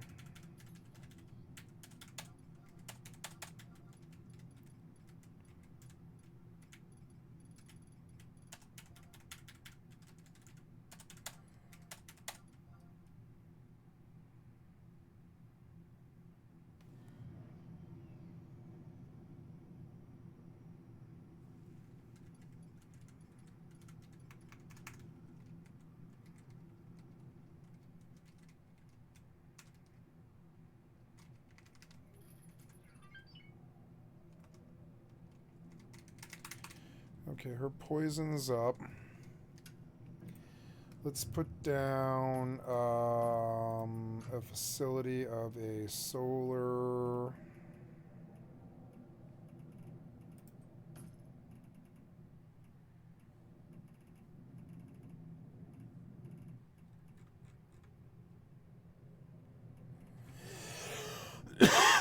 Didn't I learn solar panel?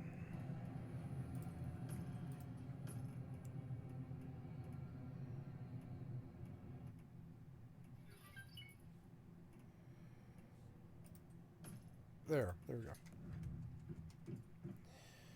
Steel ingots, refined parts, and fireproof plastic. Okay, well. So that enables me to do other memetics.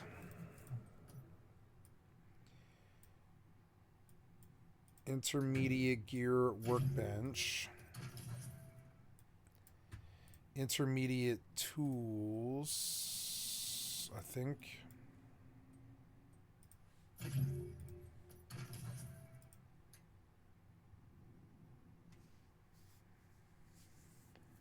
Scout drones, explosive throwables, claymore mines, portable machine gun towers, projection generators. Intermediate gear, workbench, rocket launchers.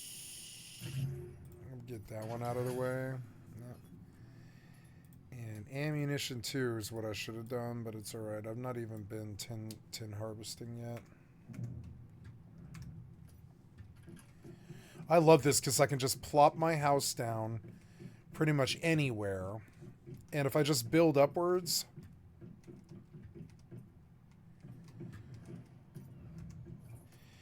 You know, I did a stair like that, but honestly, a better stair would just be all the way around it.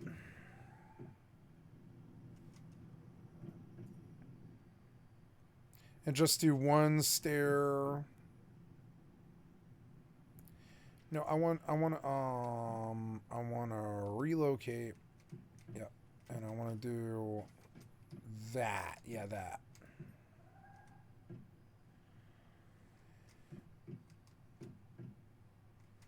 You won't do that?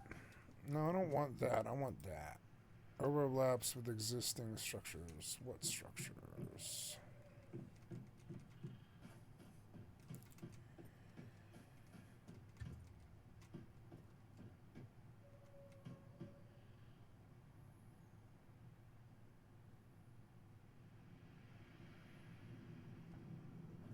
No, the stairs always have to be on the inside, don't they? And I don't want this here.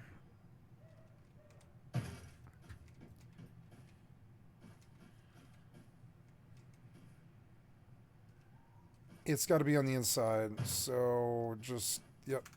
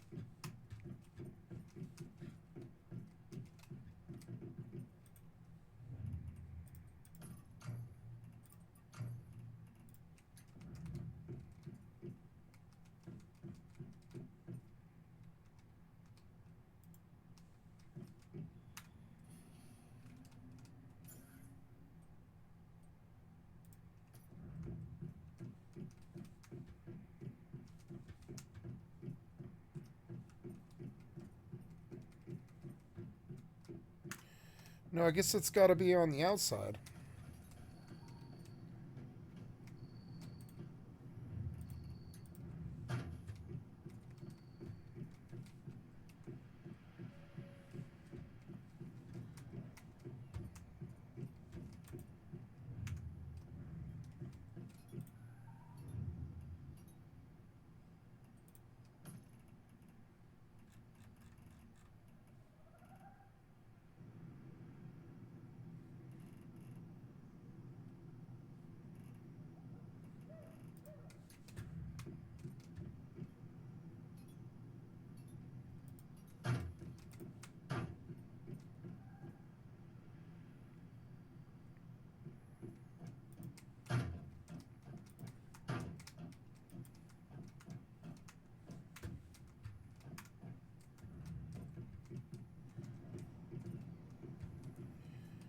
Four in the morning.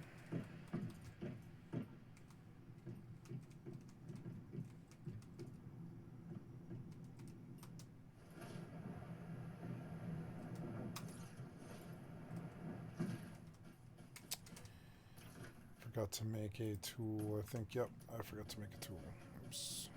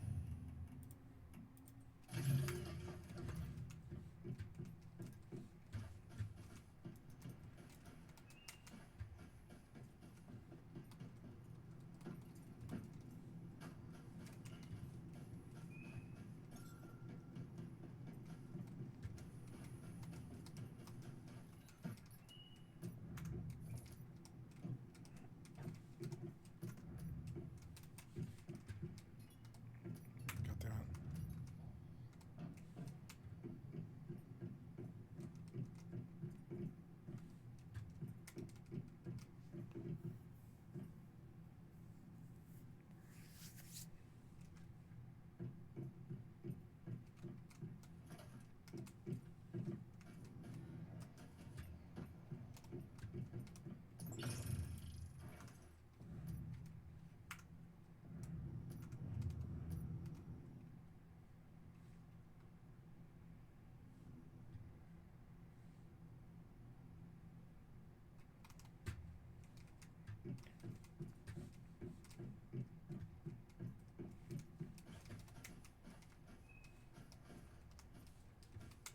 Fucking beautiful.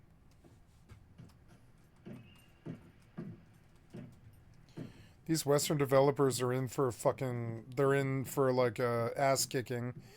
You can see it. They're gonna get their asses kicked by Asians. It's insane.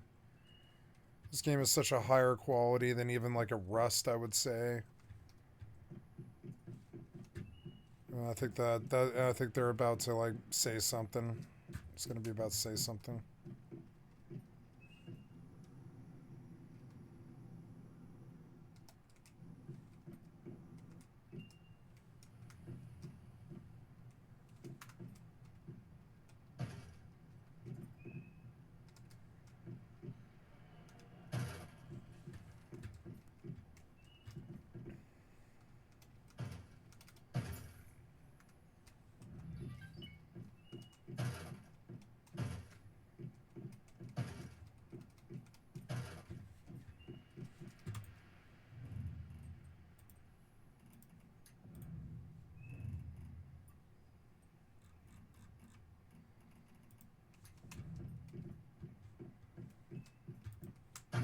I had a better idea.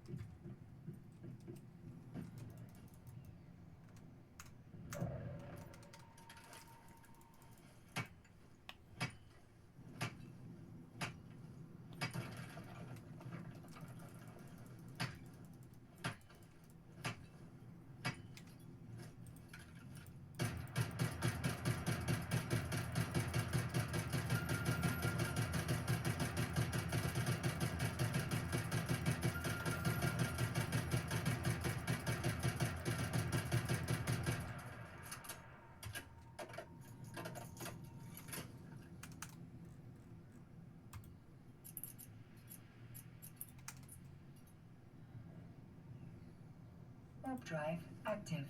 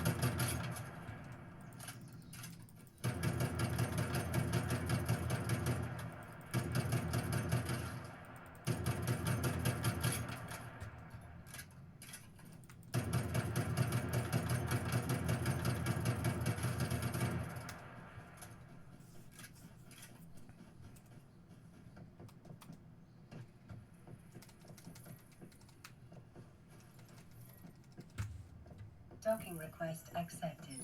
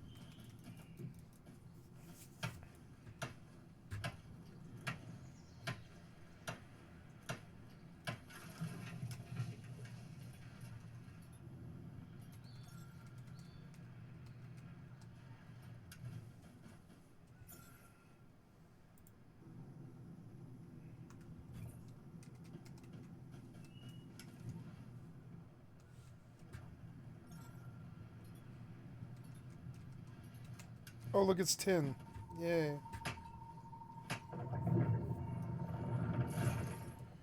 Take me, boy. We gotta fire him up right away.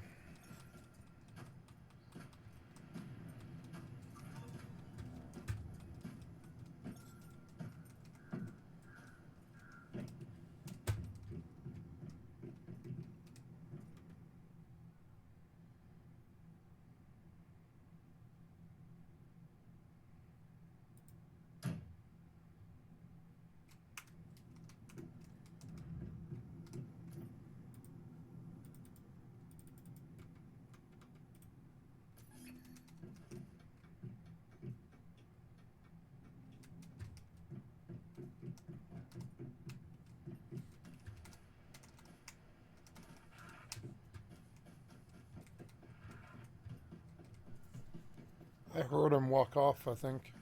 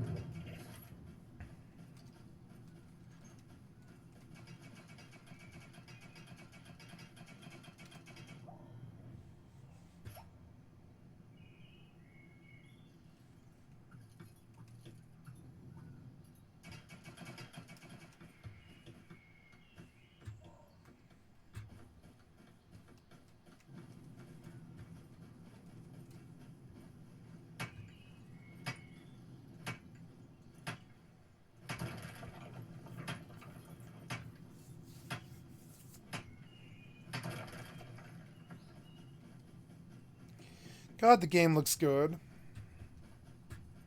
Even in like, not even in an ultra.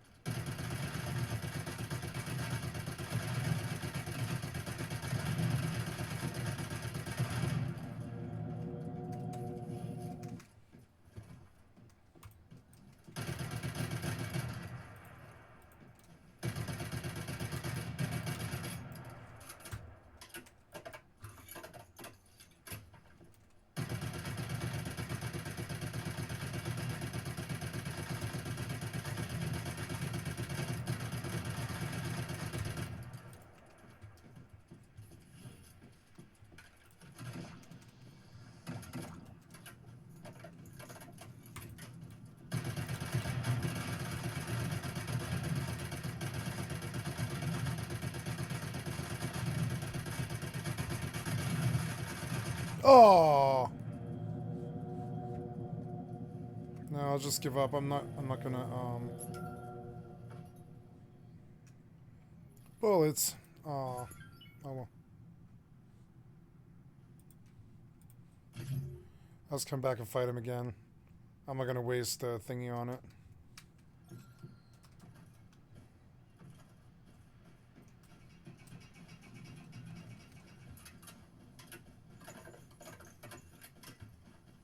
Stupid thingy.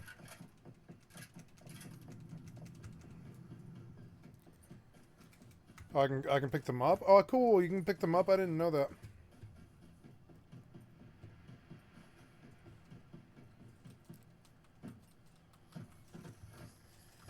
Where did this fucking thing go?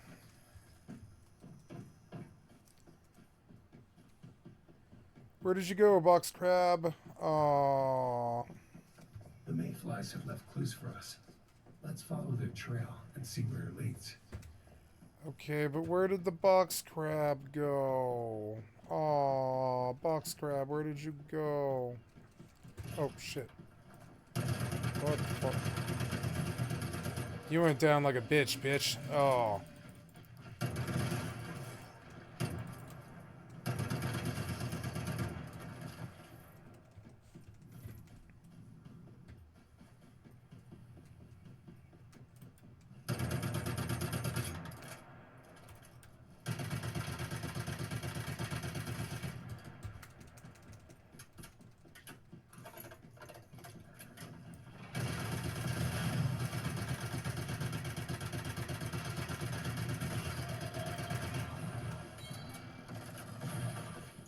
The Scorcher? That's no good.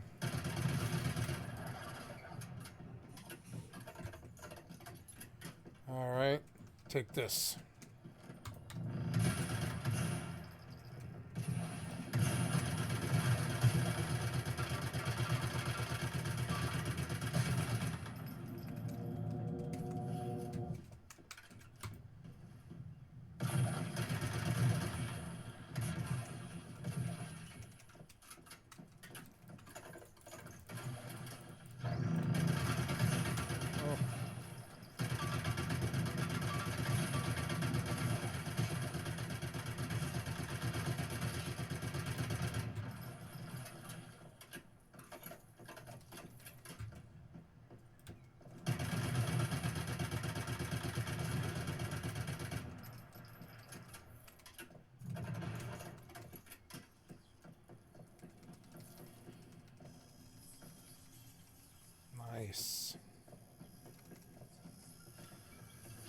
Oh shit. Ah.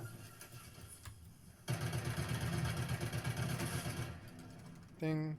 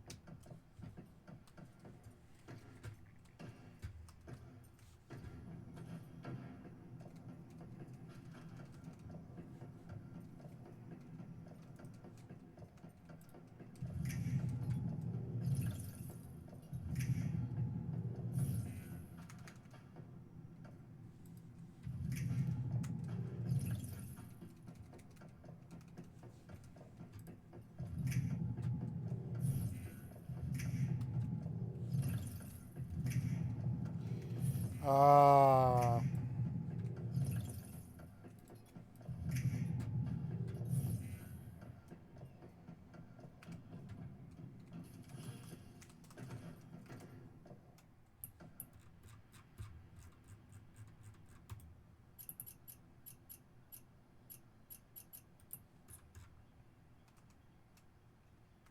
Warp drive active.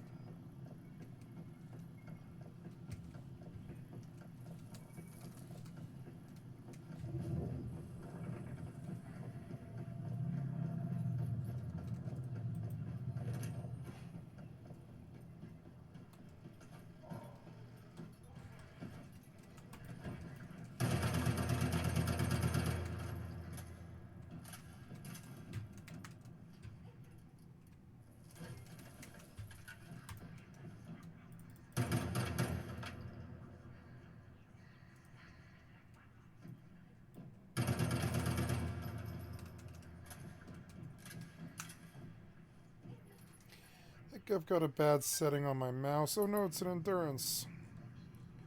What's he doing here?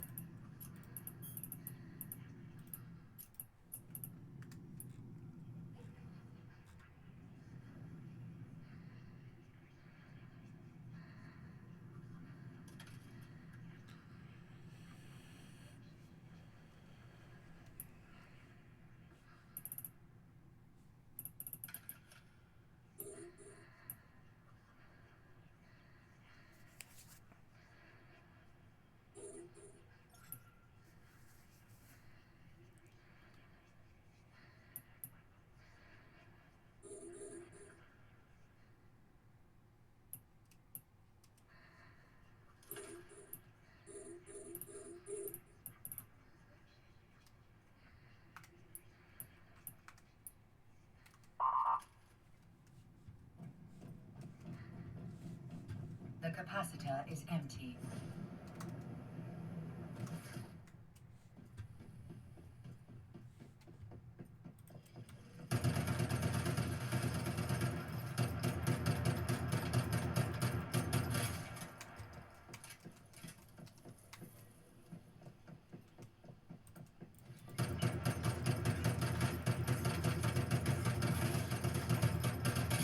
Oh, it's a box crab. Nice. I wonder where you went. Oh.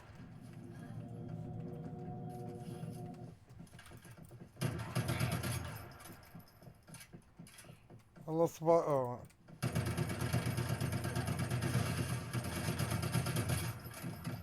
What? Fucking annoying.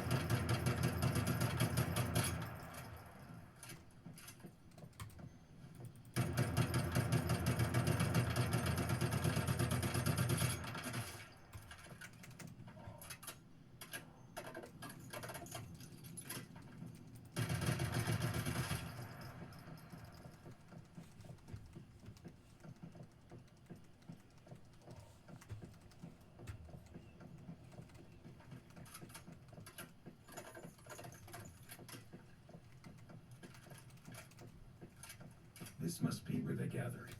Let's go inside.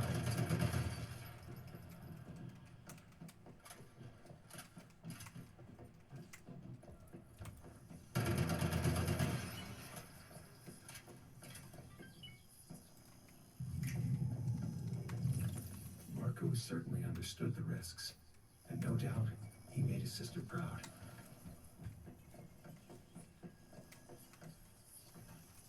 So many lives lost. No one willing to sacrifice themselves for the greater good. Doesn't make it any easier, though.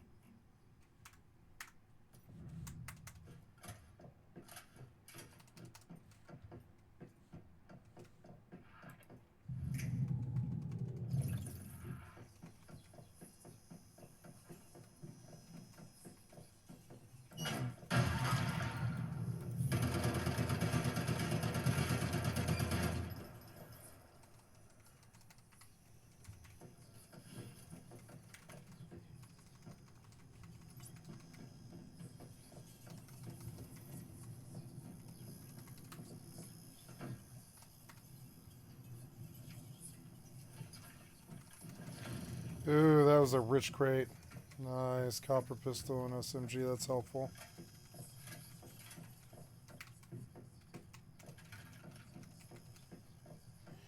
I'm out of LMG though, which means farming.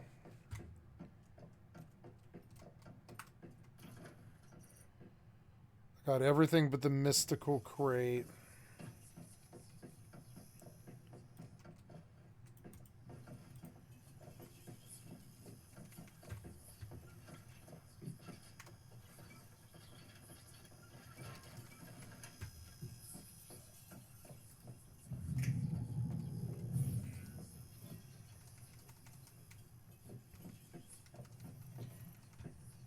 I might have been missing a lot of loot from not using this thing. Shit, I had no idea. Oh, yes, so I was going to check my mouse program to make sure that my mouse 5 is not a spam macro, because I'm having trouble using my mouse 5. For certain games, the macro fits, but it doesn't fit for this game. Oh, shit, this mouse is like out of battery? Oh, really? Fucking lame. Well, what do I do? I guess I'll just pop this cord, it's fine. I've been charging this mouse to full. Macros. No, view 2. No, yeah, I don't know. It's fine. I guess I've just been double pressing it.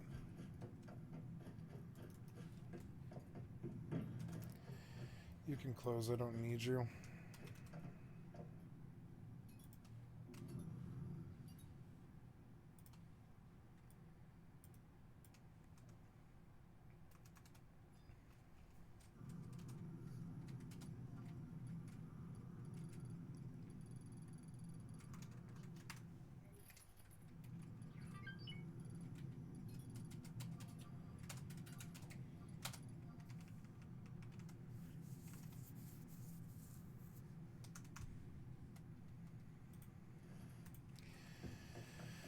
$6 p.m. Sun's getting towards setting.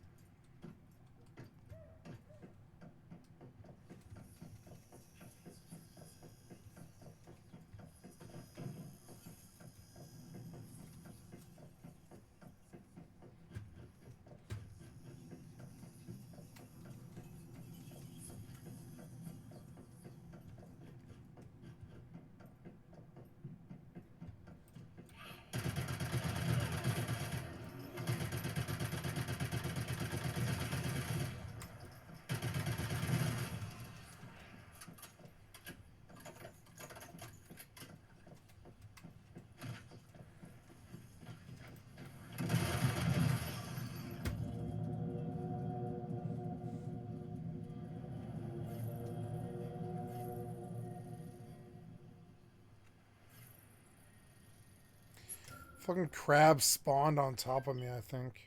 Fucking so annoying. Ripple in space-time. Stardust flora.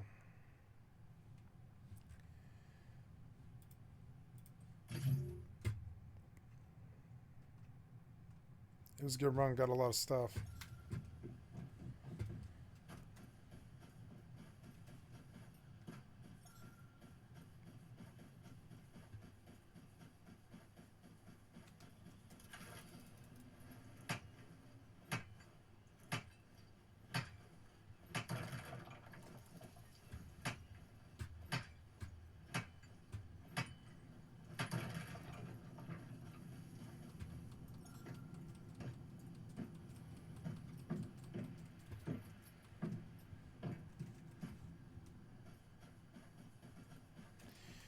the sunlight through the fence of this shadow on my house is like some of the greatest example of random AI generation I've ever seen.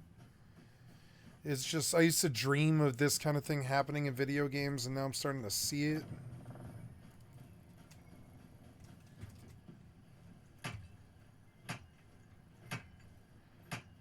God, it's a beautiful fucking game. It like really is.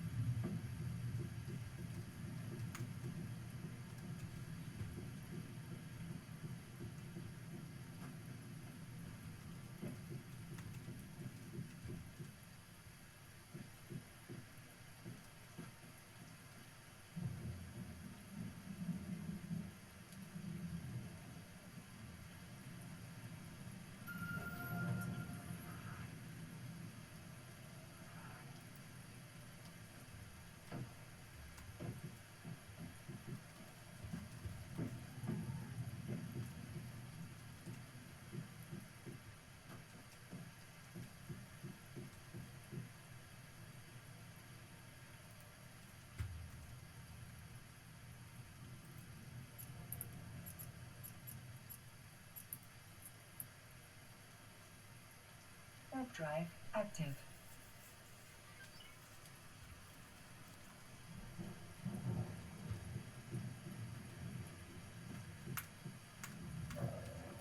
I'm beginning to get poisoned. I better get inside.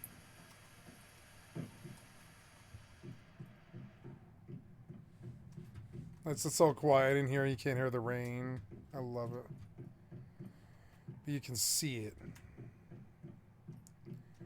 It'll be nicer when it's glass walls and I keep going forward.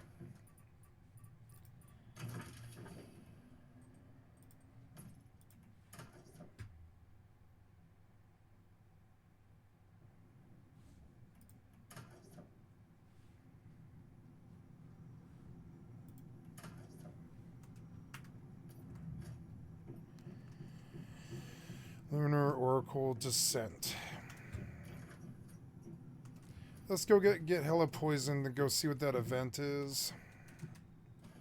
I've got a full bar. I can get poisoned. Doesn't really matter. Wait, I think the rain stopped. Oh, no.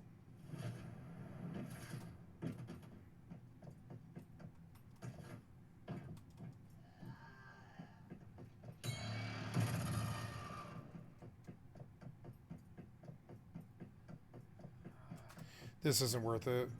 I'm just going to teleport. Screw it. This isn't worth the poison. As it is, it's going to take me 5 minutes to get it off me. Yeah, Lunar Descent is like, don't go outside at all. I love this game. I'm loving this game so much.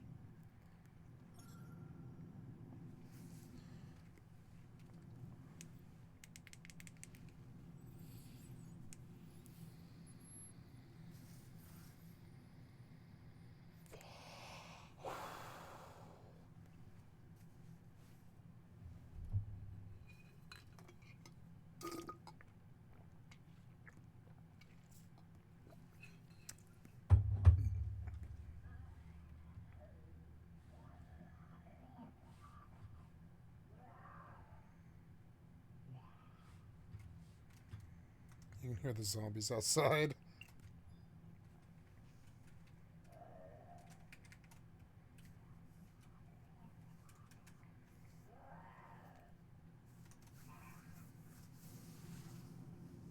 Docking request accepted.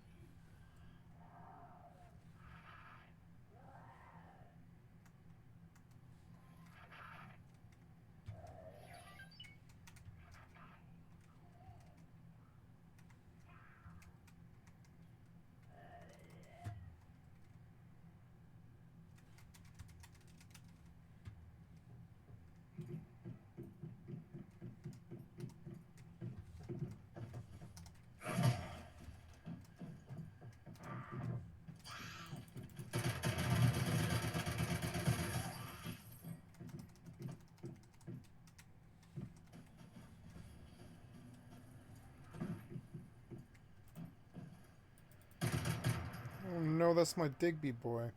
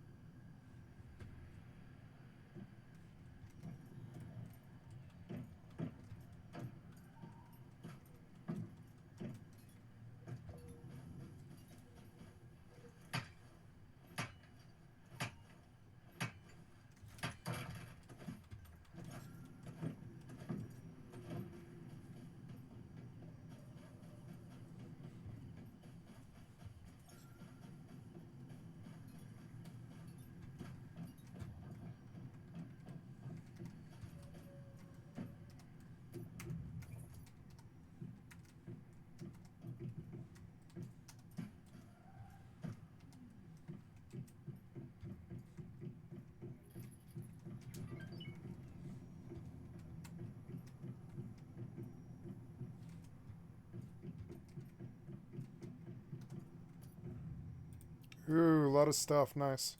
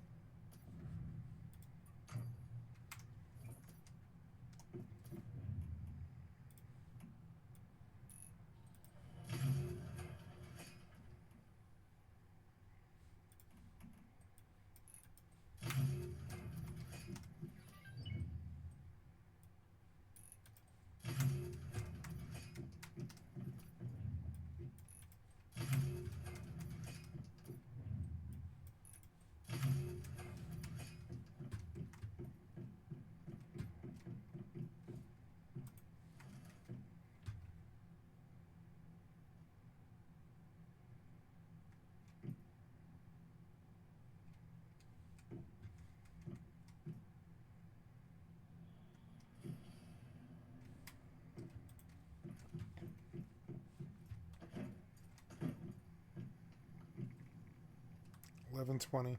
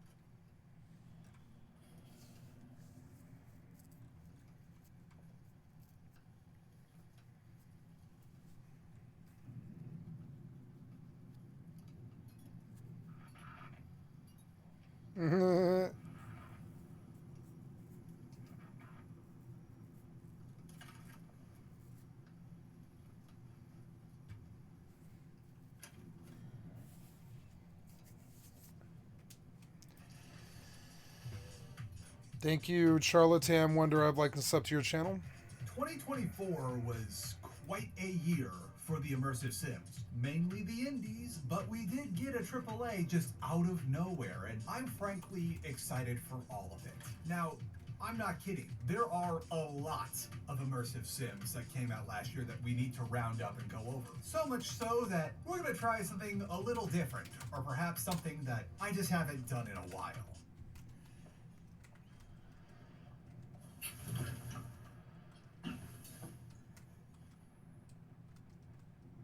Let's get weird with it.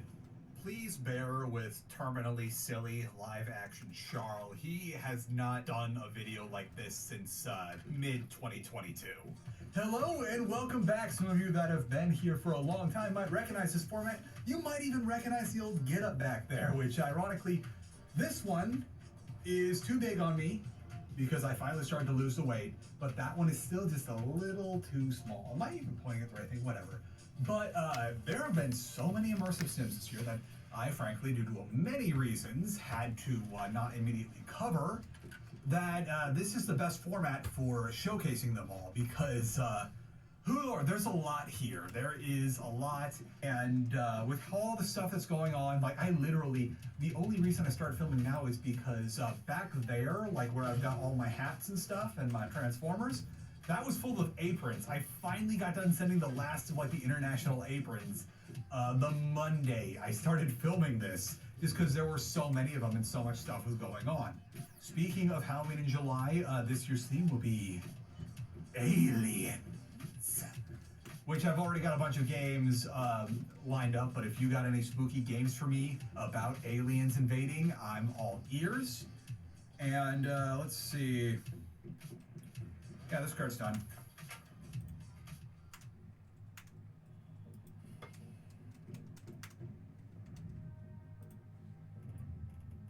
Okay, so before we get into the major games and releases of 2024, we have to bring up how the industry got, I think embraced is a good word for that. Unfortunately, what we were kind of feeling hopeful about with a company formerly known as the Embracer Group, or I don't know if they're currently known as the Embracer Group. I know there was some sort of like shuffling around of papers after a lot of stuff didn't go this way, bought up a bunch of IPs to a bunch of games that a lot of people were rather upset, myself included, that the current companies were just sort of sitting on the IPs without doing anything to them. But then it turns out Embracer spent way too much money, a bunch of stuff. I think this was actually the beginning of like the insane games industry layoff of 2024, is we lost a bunch of stuff because Embracer Group could not handle itself or whatever the hell was going on. Unfortunately, this means that rumors were true. The moment Eidos Montreal was under the Embracer wing, they started up on a Deus Ex game. That has been canned, along with layoffs. It allegedly was not going to be about Adam Jensen, but it was set in like the Deus Ex universe and was a Deus Ex game. And yeah, unfortunately, Eidos, among many, was victim to the mass layoffs of Embracer Group. And then we also had a little implosion in 3D Realms, which I believe was also another Embracer one. That boils down to whatever happened with Graven. One of my favorite Civi videos is the video where he goes over everything that was going on in 3D Realms, including Graven. So now I don't have to talk about that game. I can just redirect you all to Civi 11's what is it? I think it was called the 3D Realms Vibe Check, but the chapter's called I Spit on Your Graven. So thank you, Civi. Really, unironically, thank you. I don't have to talk about that now because that was a big disappointment, as Graven initially looked like it was going to be a little more of a faster-paced immersive sim, but it turned out to be whatever that was. And then Corticay. That was up in the air for a while. To my knowledge, it is still being worked on. I don't know what happened between, I believe the developer is, his name escapes me, but I know that blog posts have been made showing that yes, we're still working on things, but I think the scope of development is significantly scaled down because it's no longer being backed by a company. I don't know what's happening. It's very much one of the games that, like, I have to admit, it doesn't really follow the 3 strikes rule of delays because there were never any delays in the first place. But it was very much a scenario where I have to admit I'm not expecting it anytime soon. And, oh, thank God, that is the last of the bad news.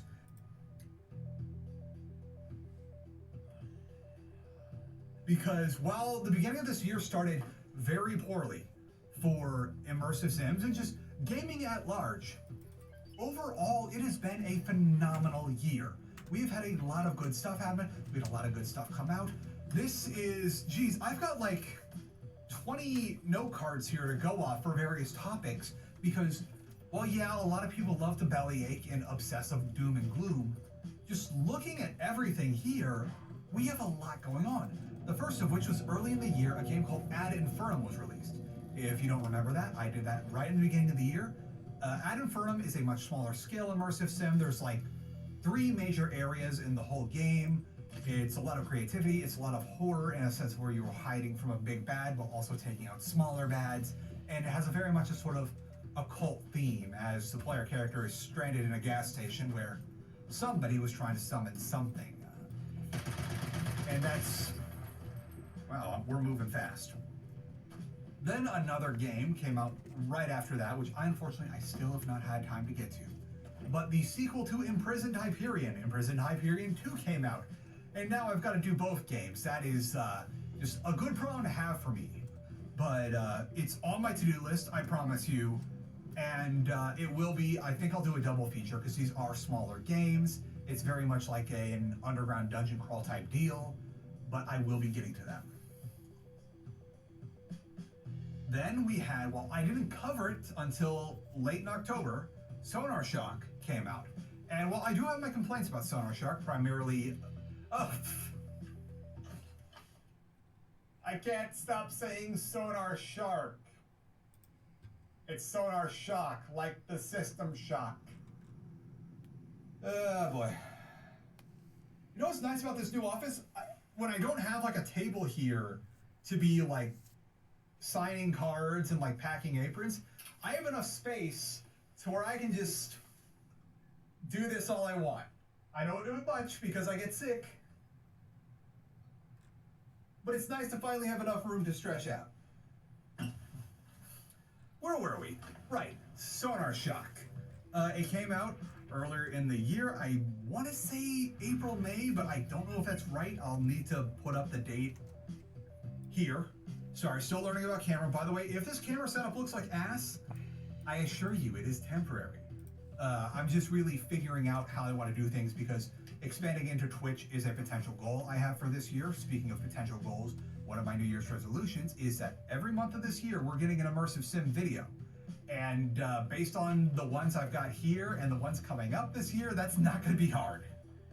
But it's very Shock-like. It is very much, if you play the original System Shock or Enhanced Edition, it is right up that alley. Unfortunately, I do admit there are some balance issues, and it does have a very bad memory leak problem, which the developer is actively trying to address. There have been like patches since people started reporting that memory issue. So it's not like they're just abandoning it, it's just hiccups of game development.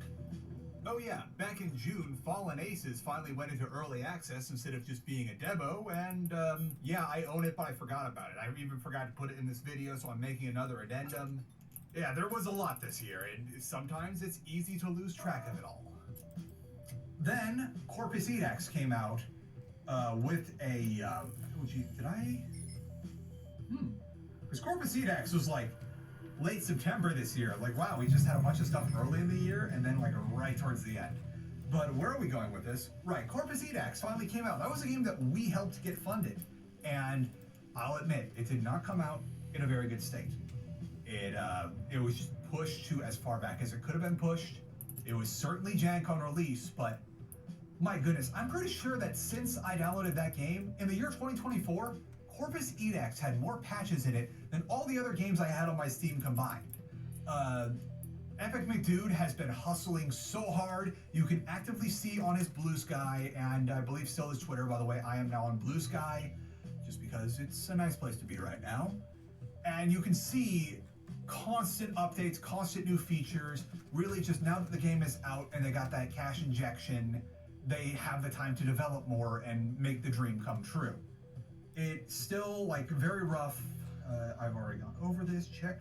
Yeah, it's rough, but it is being continually polished as we speak. I wouldn't be surprised if I see yet another update for Corpus Edax next time I like tell Steam, hey, check my updates. And then after that, I know this is kind of a joke. I know this started as an April Fool's joke video for me, but you know what? I'll die on this hill. Hard Time is an immersive sim, and Hard Time 3 came out, and it is everything I wanted it to be. M. Dickey has done it again. I am so happy. We got Old School the year before. We finally got a Hard Time 3, which admittedly, you'll notice that Hard Time 3 uses a lot of the same like layouts and assets as Old School, and it feels like the school was just replaced with the prison, but that's exactly what most of us wanted anyway. Like, the school setting is nice. I found the class system to be just a bit too hectic and chaotic to get anything done. But that's all some of us really wanted was give us Hard Time, except make it to where we don't have to run like, what was it, a DX Wind to get it to like get in a proper like resolution. And I don't know why M. Dickey thought this was a good idea, but there is modding and Steam Workshop support for Hard Time 3. If you're familiar with the game, it's exactly as bad as you thought it is, in the best way possible. That's another one where I know it's a joke, but I want to do something with Hard Time 3. I have a soft spot for M. Dickey games. They are delightful in their own little cursed way. And really just, the more the merrier for these immersive sims. Remember that crazy detective game when I did the funny noir voice as Frisk? that got a full release this year, and there's a ton of new features on it. New stuff like there's a city editor, better scenarios, all sorts of stuff like that. Another one I would love to revisit, as personally, I have a rule where I will cover a game at most twice, once on its initial release and once on like a distant follow-up. And that's because really, if I were to cover every minuscule little update, I'd be lost in the weeds, and I don't want to become a singular game channel. Speaking of EA releases, like how we did for Shadows of Doubt, Monomyth, a game that a lot Shadows of us of have Doubt. been waiting for quite a while. Rat Tower finally got the EA out. I already have that on my Steam. I already have it ready to go. I don't know what month I'm gonna do it, but I want to do it badly. I just gotta juggle the Halloween and July videos in advance with making videos, but I've been getting good at making these videos fast. We're going through these fast, by the way, but I'm just vibing. I've got good energy today. I forgot to put on my gloves, so sorry if you see my eczema, but that's what happens when it gets cold out. Gross. And then, oh yeah, wow, we're already at the end of the year because out of goddamn nowhere, Indiana Jones in the Golden Circle. I have the game. I've wanted to play it so bad. It's in my library.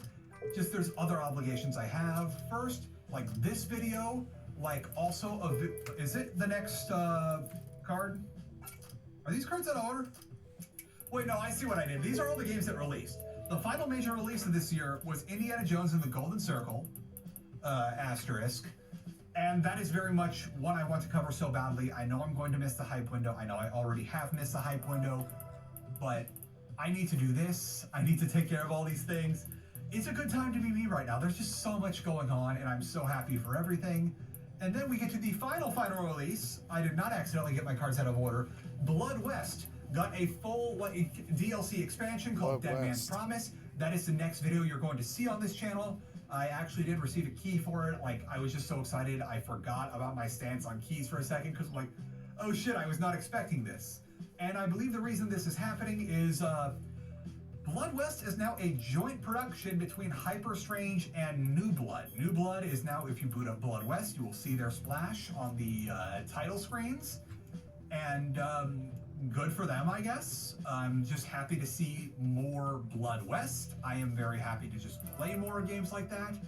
And I am very excited. Literally, once I'm done recording this and just making sure the edit isn't garbage, I'm immediately going to start playing it because I've been waiting to play it for a couple weeks now.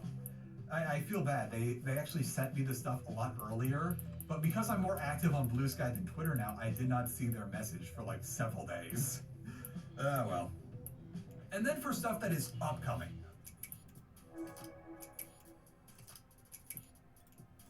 But right, stuff that is up and coming. Athanasia. What if dinosaurs were immersive sims? We got that funded. It's gonna happen. I don't know if it's gonna happen this year or next year, but the demo dropped earlier in the year. I got that video out later in the year, right as the Kickstarter was going on, and they did it. They have the money they need to make the game. The game is happening. We will have another immersive sim under our belt. We as a community, like, geez, how many have we gotten? All right, Parapedia, Corpus Edex, Sorceress, which we'll talk a bit about later, and now Athanasia. Oh, what we have helped 4 games become a reality now over the last 4 years.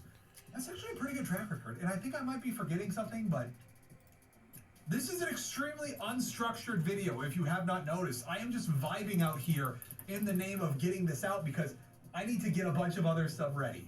I actually do need to play the Blood West and then the first game of Halloween in July, which I'll give you a hint, it's going to be a console game. Asterisk. And then this is another one I'm excited for that's arguably an immersive sim, but we have not seen enough of it. But you remember the brothers Shemansky, particularly Ducky? Well, recently they put out a demo of something called Secret Agent Wizard Boy and the International Crime Consortium, or something along the lines. That's basically like a sandbox parody of those old Harry Potter PC games we all used to love. And it is the most delightfully cursed thing ever. I just love seeing more cursed things. I don't know what was in the drinking water at the Shemansky residence when they were growing up, but those lads know how to make a game. And I don't know when that is coming out, but it is something that is on my watch list. And I'm just excited again. Every one of these cards except for maybe that one about the Embracer group that like it was rather upsetting, are a reason to be excited. Finally, I need to update this one because they just announced the thing they said. SCP Fragmented Minds, they initially said they were planning to announce their early access release soon. And thank God I dilly-dallied on this video as much as I have, because I believe it is before the end of this month. I want to say January 27th or 29th. We are getting the early access release of SCP Fragmented Minds, another self-proclaimed immersive sim that I would love to get my hands on and really just bite into it. I'm going to have an easy year for this. And on the other stuff that's coming out, that cost $40 million. I hesitate to even say this. I know we're hitting a few speed bumps on the vibes here, but it's been confirmed that yes, the Chinese room is making Vampire the Masquerade Bloodline 2, excuse me, and they say it's coming out this year. They said that last year. They have said that every year since 2019 that, hey, it's gonna come out next year. So sorry if I'm not as excited for you or not taking you at your word. I know that the development has been, at this point, arguably more tumultuous than the development of the original game. And the one thing that the Chinese room does have to their credit is that they are actively putting up a lot of dev diaries on the Steam page. And at this point, like after the Silent Hill 2 remake, there are some cases where a studio can be scaled up to make like a proper AAA game. I just want to play it to get it over with. I don't care how good or bad it is anymore. I just want to see the product. I've talked about this several times before in previous years, ImSim and review videos, but I bought my pre-order for Vampire the Masquerade Bloodline 2 so long ago that the credit card I purchased it with is expired, so I could not refund it if I wanted it to, because the money's got nowhere to go. But I just like to see it. It's very much, I know that they essentially I don't know what the right word is for, but the end of it is that the previous studio is no longer the team of production. I can't even remember the studio. Hard Suit Labs. That I guess they're no longer involved with it as far as I can tell. And I know the Chinese room is a very story-heavy studio, and Vampire the Masquerade, even as a tabletop, is a lot more storytelling heavy than a lot more other tabletop games. So it kind of fits as long as they can keep the actual gameplay engaging enough to listen to the story. And not quite fine. Anyway, I'm going to switch these around because I want to talk about this one last. Second to last, well, I did not bother to tune into the Game Awards this year because I'm just fed up with that clown show and how it, frankly, at this point, is kind of an embarrassment to gaming as a medium. We did get a new immersive sim from Warren Spector. It is being made by Other Side Entertainment, though, the Underworld Ascendant guys. But you know what? I saw the trailer.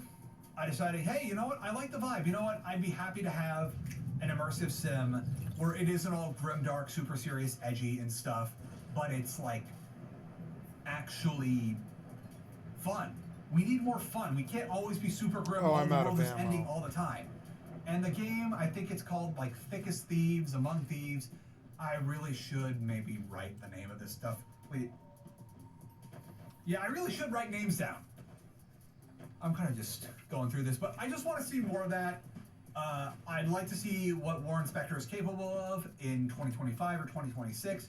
Another thing I take issue with for the Game Awards every year is there seems to be no standard. They'll just take anyone's money to put a trailer out. And I've got games that I've wishlisted from Game Awards in 2023, I think 2022, where the game is still to be announced on the release date. It's why even spend all that money if you are nowhere near ready to go live? Because I would have forgotten about these games if not for wishlisting them immediately after seeing their debut. And you know what? Oh, I forgot to even make a card about this because this is so new. Finally, Parapedia, which I forget if we mentioned on the games we've helped fund. Oh yeah, we did, whatever. But Parapedia is finally coming out next month. They finally put out the release date. I am so hyped. I need to get in touch with Shut-On again so I can see about, okay, am I able to get this early to play this? I'm not sure if that would count as like a key for review purposes, because I did pledge for the Kickstarter, so I've got my own personal keys coming. But regardless, just I want to show that to you as early as possible, and that will either be the video in late February or March for your monthly immersive sim video. And I'm just so excited to see what the final version of that game is. And now, finally, because I don't know how to properly address this, but we do have confirmation of Pathologic 3, and well, initially Pathologic they said there was 3, going to be a wow. vertical slice demo soon, but at this point I am personally considering everything up in the air until we get some proper statements.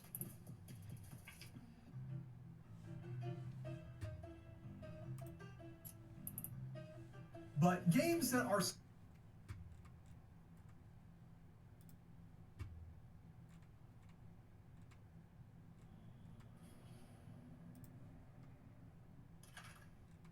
But we do have confirmation of Pathologic 3, and well, initially they said there was going to be a vertical slice demo soon, but at this point I am personally considering everything up in the air until we get some proper statements.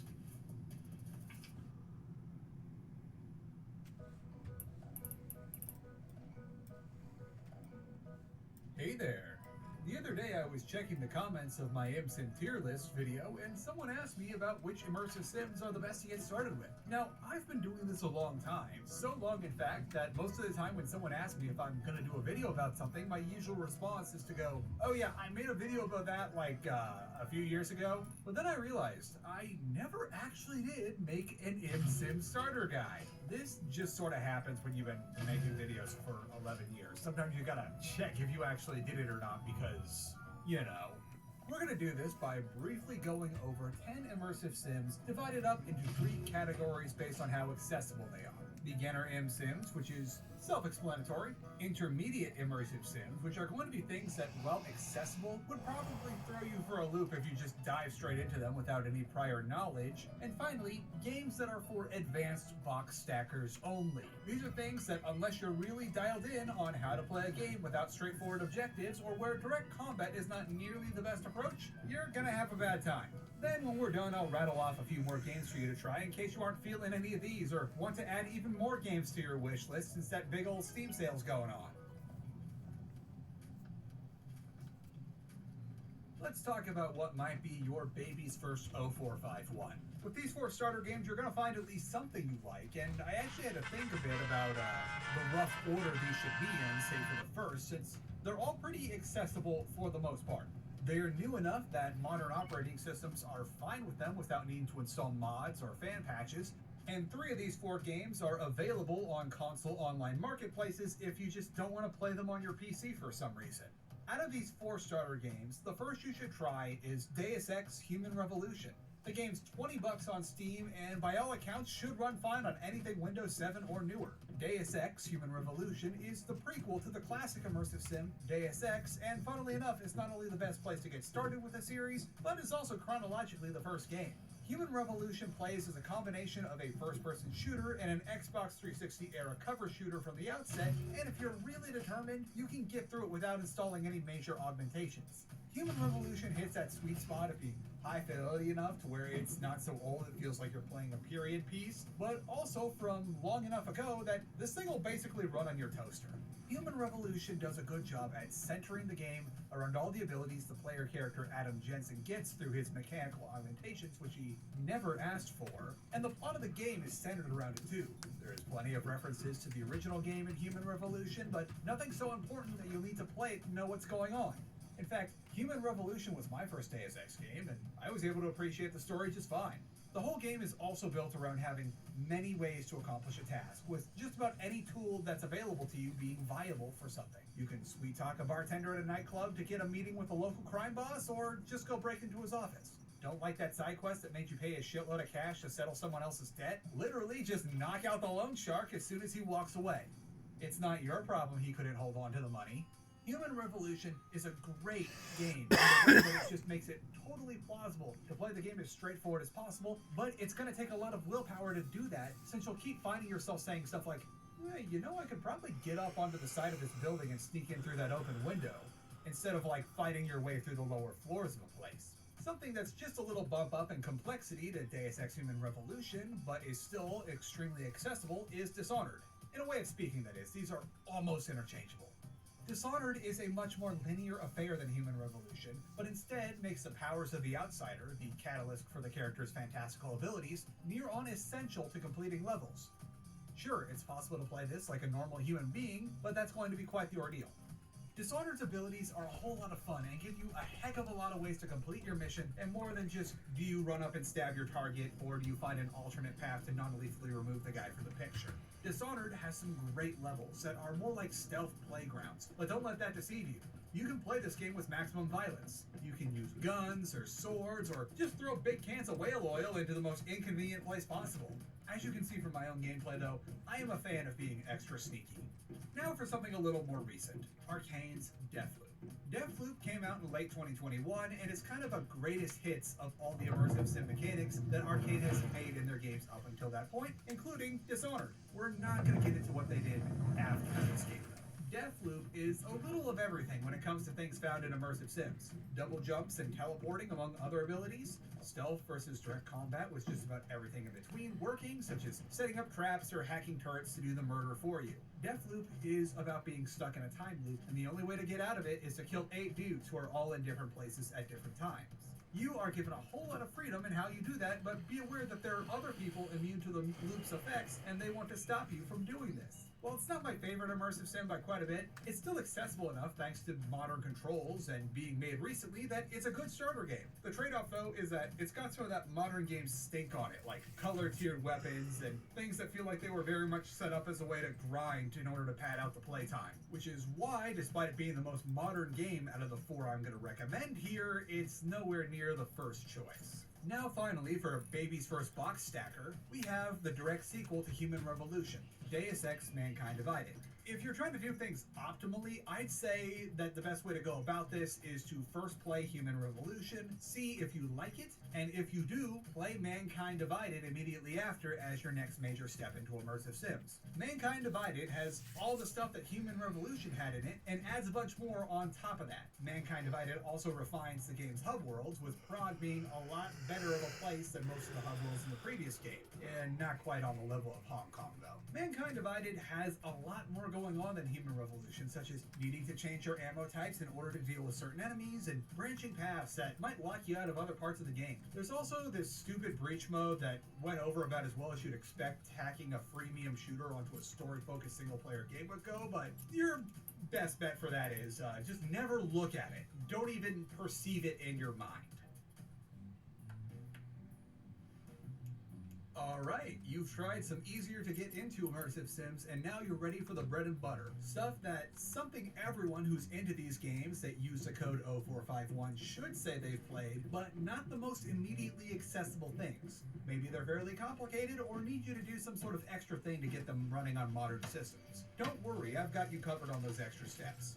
First on the intermediate list is Typhon, which is not actually what the game is called, but what I choose to call it. Its given name, Prey, was only really made that by a decree of the higher-ups, who might have only wanted to name it that for intellectual property reasons. There was some other stuff going on with another developer who just so happened to have previously made a game called Prey, but we're getting a bit sidetracked here and I don't want to speculate too much. Typhon, aka Prey 2017, is one of the best when it comes to AAA developed immersive sims, but there are some barriers to entry. First off, you're going to need to install this on an SSD, since otherwise this game loads slow.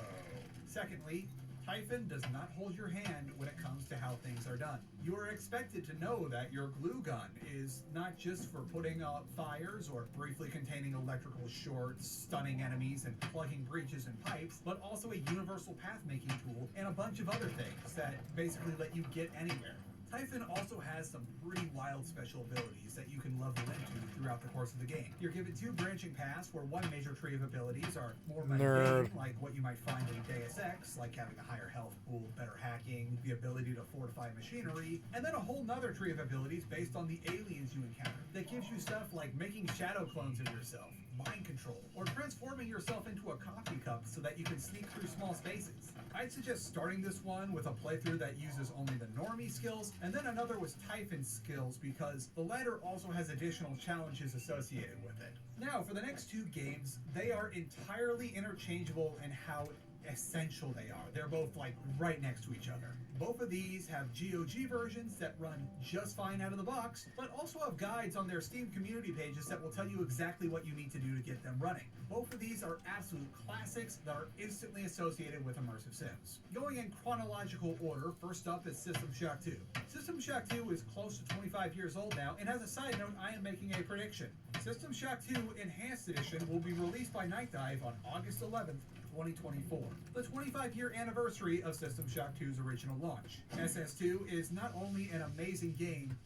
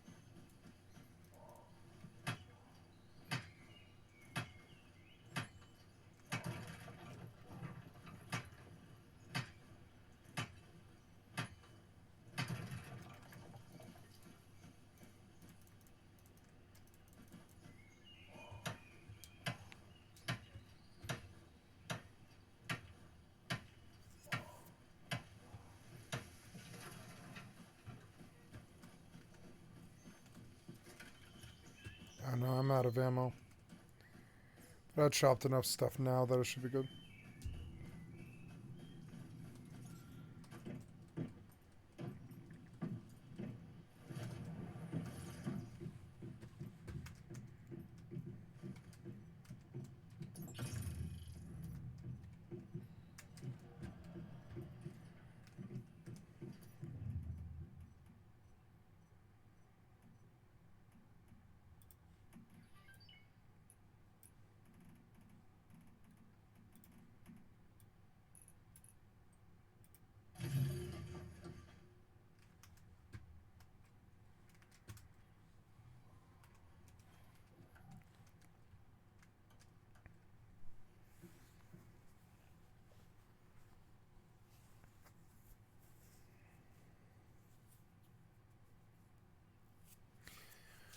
I'm gonna set a courier, and I'm gonna buy a courier, but I gotta save up some money.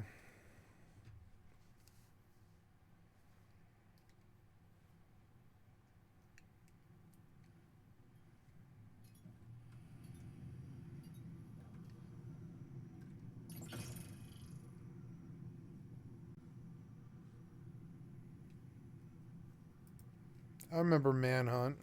Yeah.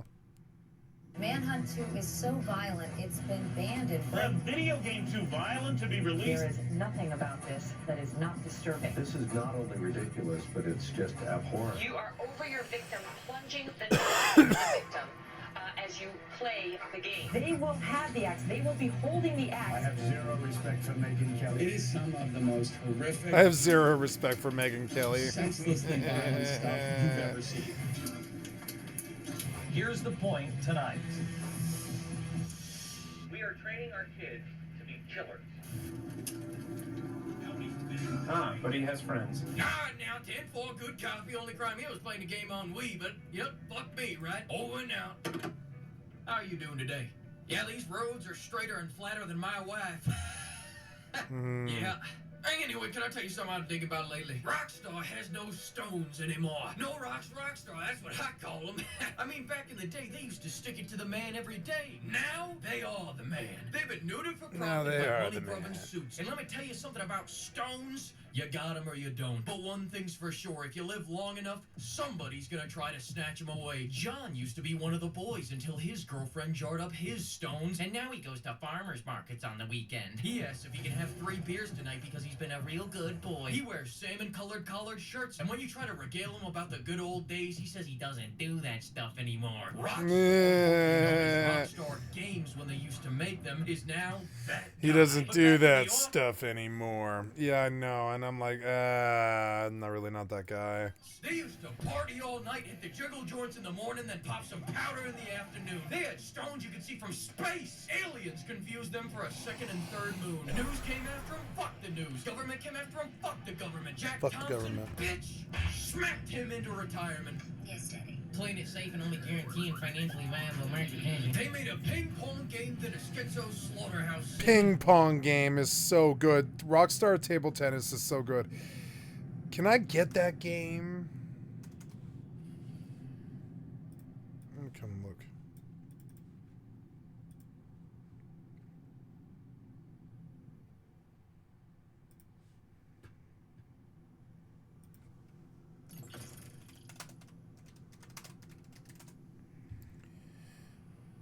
Yeah, Rockstar Table Tennis was really good. Yep. Back-to-back years, this Rockstar ran so that the new Rockstar could make you walk through snow for 40 minutes. Now listen, I like Red Dead Redemption 2, but you would never be crying and shaking at the absolutely heartbreaking ending if it wasn't for the version of Rockstar that had the stones to even greenlight this franchise in the first place back in 2004. You think new Rockstar would take a chance on 2 Manhunts, Bully, Warriors, Red Dead Revolver, Midnight Club, or LA Noire? Here's a little visual aid to help you think about it. Did you say no? Good job! Because the only thing that the new Rockstar wants you to bully is your bank account. New Rockstar's the type of dude that steals your wallet, then helps you look for it, then sells you a new wallet that's even shittier. Because they have no stones. The suits make too much fucking money selling little Johnny flying crotch rockets to nut up and take a chance on a new franchise, let alone have anything within the main cash cow that might rock the boat a little bit. Like perhaps punching down jump scare. Tom! Are you sleeping, you fat fuck?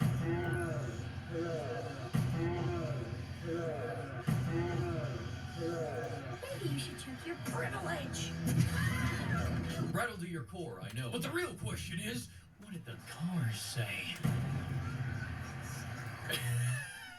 Who thought I'd live to see the day where GTA was ripping off Saints Row? Just don't forget the punchline. GTA worrying about being culturally sensitive is like a professional ball stomper saying she's done playing the part of the nutcracker. Like it or not, it's why people show up. It puts asses in seats, pimp. Start changing the menu for people that weren't gonna buy your services anyways, and just like that, now you don't have an audience at all. I mean, sure, you still have short card addicts, but I mean, they're basically zombies anyways. Add in some real money gambling, and they'll love whatever slop you put in front of them. And that's stoneless behavior. You crush those critters like Chris Redfield, that's what I say. Because having the stones to defy the naysayers and deliver what the Rockstar fans want, regardless of what the culture is what built this company. Imagine if San Andreas bent the knee because it was too violent and too crass. How boring would GTA 4 be if they bent the knee to Glenn? Watch Dogs teaches kids how to hack back. Imagine if Manhunt bent the knee. It wouldn't even be able to because they would abort that thing with a 50 cal before it even sprouted them. We We'd be playing some Care Bears type shit right now if Rockstar never pushed the line. We'd just be walking around as Love-A-Lot and Tenderheart talking about our feelings, but we already have PlayStation exclusives for that. And that is what Manhunt represents in its totality. The Rockstar at its most stoneful, delivering whatever the fans wanted, regardless of what the culture did. Now let's turn on a little bit of music and that's like a unicorn taking a shit in your ear. Now, to understand why Manhunt is an act of brass ballery, you need a quick little 60-second schooling on GTA 3. In the 90s, video games began their path to being the scapegoat for real-life violence. Peggle was pegging the neighbor, Doom was dooming the doomed, Mortal Kombat was punching babies, and remember Waco? Well, studies with the most comprehensive data showed the entire ATF pre-gamed that siege by playing Street Fighter. You do the math. But it wasn't until 2001 that the scapegoat really hit its stride, because that's when GTA 3 came out. There was nothing wrong with Mario 64. It's fine if you liked poking men, but GTA 3 was Scarface, Heat, Goodfellas, Payback, 3 dimensions of downtown, double D's, DUIs, and detonators, all within the bounds of your own home. That being said, Rockstar had just fucked around, and Big Brother wanted to make him find out. At first, the game got banned in Australia, then censored out the ass in Germany. You know, because historically speaking, they're a squeamish folk, alright? They don't buy into the whole violence thing. Then stateside, they were getting heinous acts pinned on them alongside a bill for 246 million greenbacks. See Jack the Bitcher for more information. GameSpy called it absolutely reprehensible, then giving it a 94 out of 100. The Nymph said it glamorizes antisocial and criminal activity. And the NOW said it encourages violence and the degradation of women. More like the NAG, am I right, fellas? Regardless, the Crusades were turning up the heat. According to the most comprehensive statistical analysis yet conducted, violent video games increase aggressive behavior as much as lead exposure decreases children's IQ scores.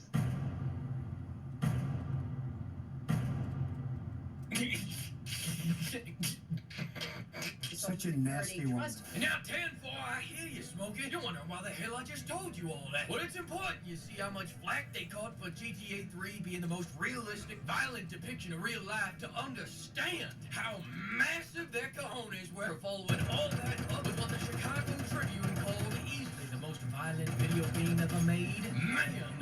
Hang on, let's pull over here and top Black Betty up. We got a long haul ahead, 10-4. Cojones is French for stones, by the way. Now, the running narrative around GTA 3 was that the game glorified violence by rewarding you with more points for more menacing acts. Which is wrong, because bop 'em, shoot 'em, run 'em over, $10 is $10, pimp. But Manhunt absolutely fucking does. They hand out gold stars like this is kindergarten, except you aren't finger painting, pimp. You're axe painting, and your colors are gray, yellow, and red. And just so you have a clue what the fuck I'm saying, let me break this down for you. Think of this like an NBA 2K shot clock, except the more you hold on to this, the more closed your enemy's casket's gonna be, which then makes the Rotten Tomatoes score go through the roof, and Hand of Electra will be yelling in your ear like a one-man cheer squad. Jesus, Cash, that's the money shot. And you know, I know it's supposed to make it extra disturbing, the fact that he's all getting off on it, but it just feels nice to be appreciated. You're a pussy. Pussy. Never mind. Fuck that guy. What does he know? He doesn't know me. He don't know who I am. Hell, you get rewarded with 4 bonus levels if you do well, and those bonus levels are just horde modes where you take out as many people as you can. I gather all that up in one box, and that is one stoneful middle finger towards everyone that was pissing their pants over GTA 3. It's also a risk a new Rockstar would never take. Can you imagine? New Rockstar leaving at least $20 in content right there on the table? I mean, that's sure. Did you want anything from the store? Slim Jims. All right, talk about a size queen. Ain't a chance of getting you those. All right. In Manhunt, you play as the blossoming star of a new TikTok trend that takes inmates off death row for the content, because the death penalty, as it would turn out, is not very carbon neutral. Ah, shit, my bad, though.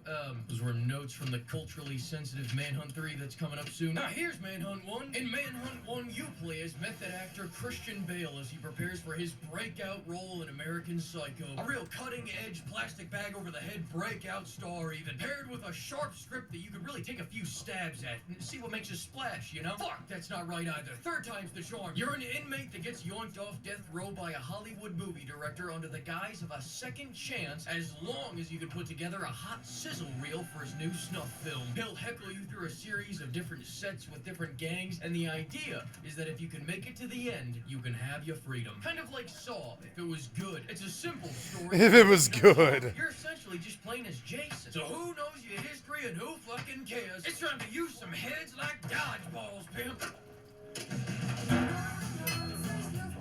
It's a bold strategy, Cotton. Let's see if it pays off for him. Alright, she's topped up like a whore on Friday. Let me move my behind back into Black Betty. Alright, where was I? Right, now as the giant-ass map genre has become the meta in AAA gaming, what makes Manhunt unique is that it's one of the few linear Rockstar games. There's none of that drive across an empty desert to get Trevor, none of the long rides watching family jewels flopping around, and none of the cruises through LA looking at Zaxby's advertisements. Although I'll tell you this much, I could defile some Zaxby's right about now. No, this is how Manhunt goes down. You ready? Takedown, get kidnapped, new area, new weapon, takedown, repeat. And this may sound like the fucking worst thing in the world to some, but if you're sick of Jason appearing for about 5 minutes in his own movies, this game is like playing an entire Friday the 13th kill compilation in one beautiful package. And speaking of combat, here's a scenario that about summarizes it. This one time I had to lure a man out of a trailer, so what did I do? I found this weird looking bowling ball attached to his comrade, heaved it at him while he was on the shitter, then hid in the darkness until he showed his back, and gave him the barbecue special. And hey, you know what? Why not? I got time, you got time, I got time. This other time, my lure was cooking a man on death row. What more do you want, pimp? Now to expound, this game is the slasher genre to a T, pimp. It is spooky stealth where instead of hiding in dumpsters, you hide in oddly dark yet shallow corners as you stare directly at your victims. Completely unrelated, by the way, but did you know, in Manhunt, different ground types make different levels of noise? Luring is a massive part of the game, except you don't catcall dudes one at a time. What kind of dog shit game would do something like that? No, you throw a can and the lads will convene like you just said someone was showing her cans. Then you wait an hour for them to spread out so you can pick them off one by one. You kill someone in front of their comrade, then disappear until they go back to relaxing like it never happened and kill them in the same exact way. You kill people while they're taking a piss, and you're invincible to gunshot. Never mind. They even made the sequel, shit! That is commitment to the genre. And I mean, let's be honest, Jason is just James Earl Cash if he was made in the Street Fighter 6 character creator. Think about it. All it's missing is some women with a whole lot of personality. They just do not make them like they used to. They don't make them like they used to. They don't make them like they used to. They don't make them like they used to. They don't make them like they used to. Hey, knock it off, buddy. Knock it off, buddy. Knock it off. Just a prank, bro. Putting step in the right ass, return to roots to shame. Now, jokes aside, one mechanic I do think is very awesome is how in the late game, once the enemies get fucking M4s, they're just gonna start blind firing into the shadows if they think you're there. There is no crazier sight than to see an AI round a corner while pre-firing 10 rounds. Now, I'm not pre-firing 10 rounds. There is nothing scarier than an AI like rounding the corner or pre-firing 10 rounds. You know that they're not gonna miss because it's the AI. They don't miss. And you're like, oh god, he's already firing before I could see him. No, there's and it's true. There's nothing more scary than that because you know that they're not gonna miss. You know the AI is not gonna miss because it's some jank-ass game full of jank-ass jank, jank-ass jank, jank-ass jank-ass jank. And you know that AI is gonna round the corner. And if the AI is pre-firing and they have aimbot, what does that mean to you? It means if you're out, you're dead. If you're out, you're just dead. It doesn't matter. You know, there's really nothing more scary than that. When you hear pre-fire, you're like, oh no, the AI is pre-firing. Run! Because you know what that means. It's the turret kills you. You were standing out and the laser went off and the turret's gonna kill you now.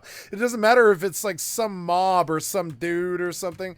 They're still gonna kill you now. They're gonna AI kill you now instantly. And you hear it pre-fire and you're like, oh no, it's already shooting at me through the wall as it rounds the corner. No. We took this country with less. God bless. We took this country with less. What is the slasher genre really about the takedowns, baby. And pimp, you know how much I love takedowns. I would marry a good takedown. I would fight out in the suburbs and raise a yard full of takedowns. I would fight in the trenches for takedowns. I got standing at one called Legions on takedowns. Shit, I play Wanted Dead to get some takedowns. I'm a sick man. You see, my problem with the stealth genre is that oftentimes it just lacks the good snuff. You know, the style, the flair. You can wipe your ass with The good snuff. Oh my god. I want to strangle a man with a Walmart bag. I want to soft oak tree. I want to Strangle a man with a Walmart bag.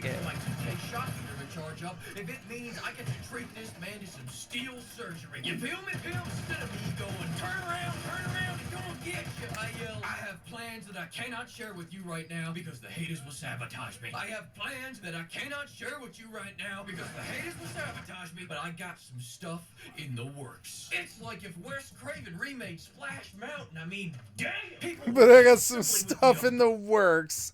Oh my god, the haters gonna stop me, but I've got some stuff in the works. That kind of is how Grand Theft Auto is.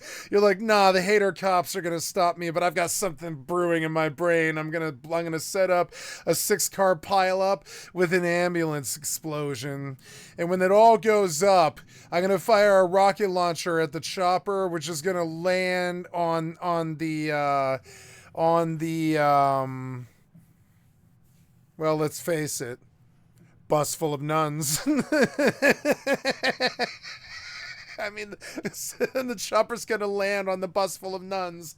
I'm sorry, that's Grand Theft Auto. And the fucking haters are fixing to stop me, but I want to hear him say it again because this is kind of psychotic shit in video games. Sometimes it's like this. You're like, your brain's cooking something up and you're like, the haters are gonna stop me. No. Right? Instead of me going, turn around, he don't get you. I yell, I have plans that I cannot share with you right now because the haters will sabotage me. I have plans that I cannot share with you right now because the haters will sabotage me.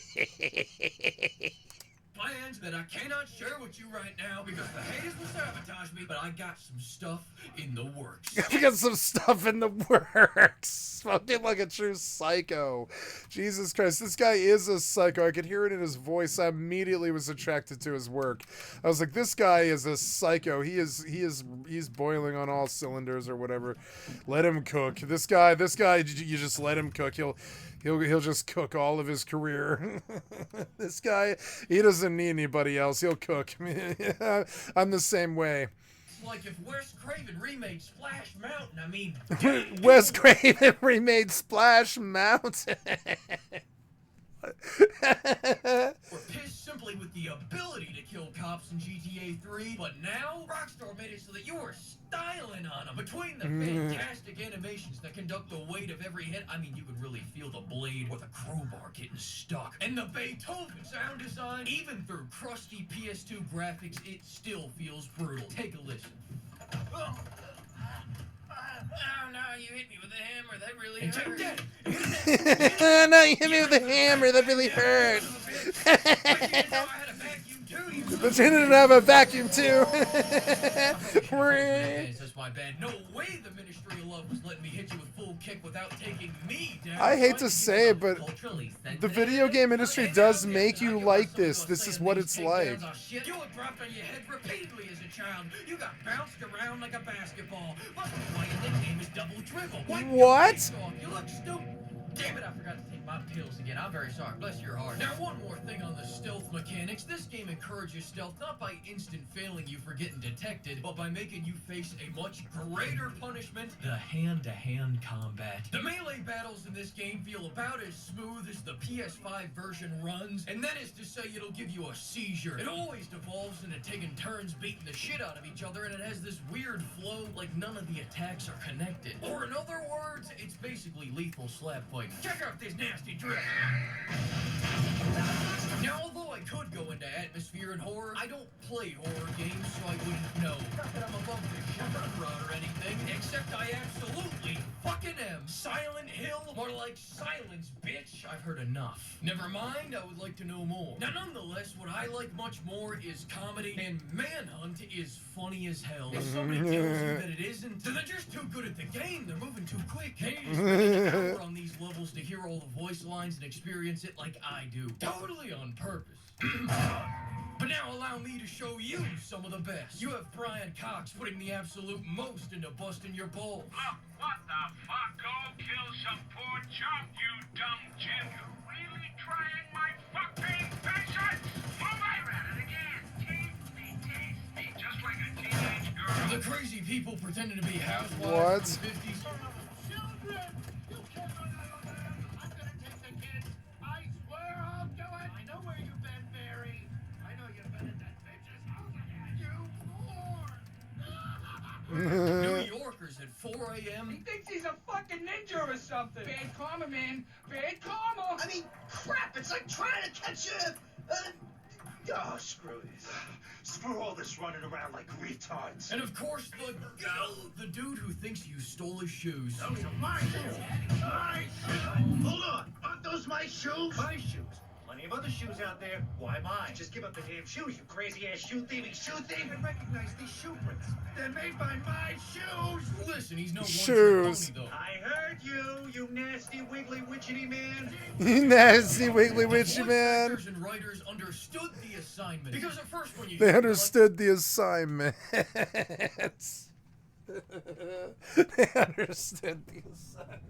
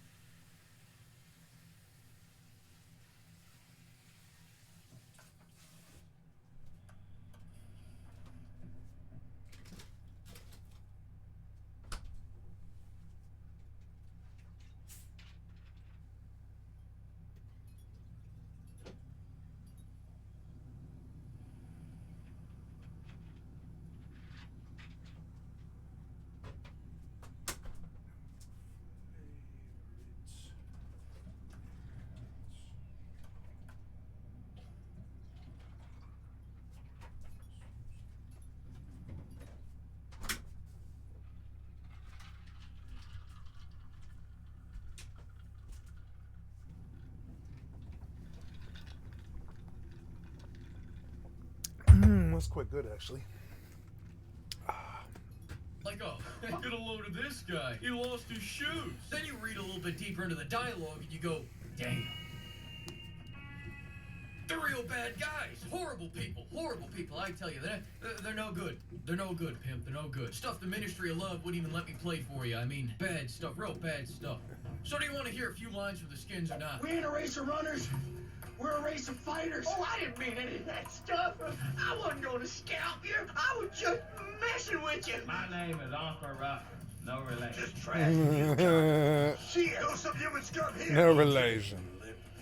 Whoa, I gotta stop it right there. If you played the game, you know why I can't let that continue. Here, have this one instead. Damn chicken shit hiding in the goddamn bra. Back in the day, all the Rockstar wasn't afraid to let criminals say mean things. Because, I mean, in for a penny, in for a pound. Alright, I said I wasn't gonna touch on the horror, but you know what? I will. The real horror is the Type A control scheme. I'll tell you this, I started getting flashbacks to GTA Vice City with this old janky first-person turning demonic, satanic. Controlling James Earl feels like flying an F-35 on Type A controls. I mean, there are even strafing buttons. Do yourself a favor. If you buy this game on Xbox, immediately go to the settings and change to Type B controls. It's the normal human way to play. You can thank me later. Now, unfortunately, there is a setting It's the normal human way to play. Of course, like The Last of Us before The Last of Us was The Last of Us, then it wasn't The Last of Us. Then it wasn't The Last of Us.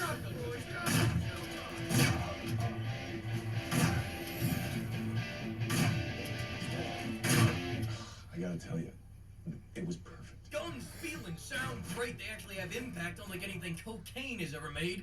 The cover system works. But then here's where the problem comes in, Pimp. If you ask me, auto-targeting their body instead of their head was reason enough for this game to get banned on the entire planet Earth. You have to flick up to their head on every enemy as they round the corner. And I already showed you how they round corners. They are psychotic. Then go anything past right the fuck in front of them. And oh, now you can only do body shots. Oh, look at that damn Uzi. Oh. Guess I'm fucking dead, right? I really started to despise this game towards the end, but then doors became a core part of the gunplay experience, and they had me sold all over again. Also, music, great. Too stupid to explain why. I give this game a fetish score out of 3. Maximum style, Pimp. And you want to know something awesome about the old Rockstar? Straight from the Go Rockstar? They followed up this middle finger with a second middle finger in Manhunt 2. And was it more culturally sensitive? No.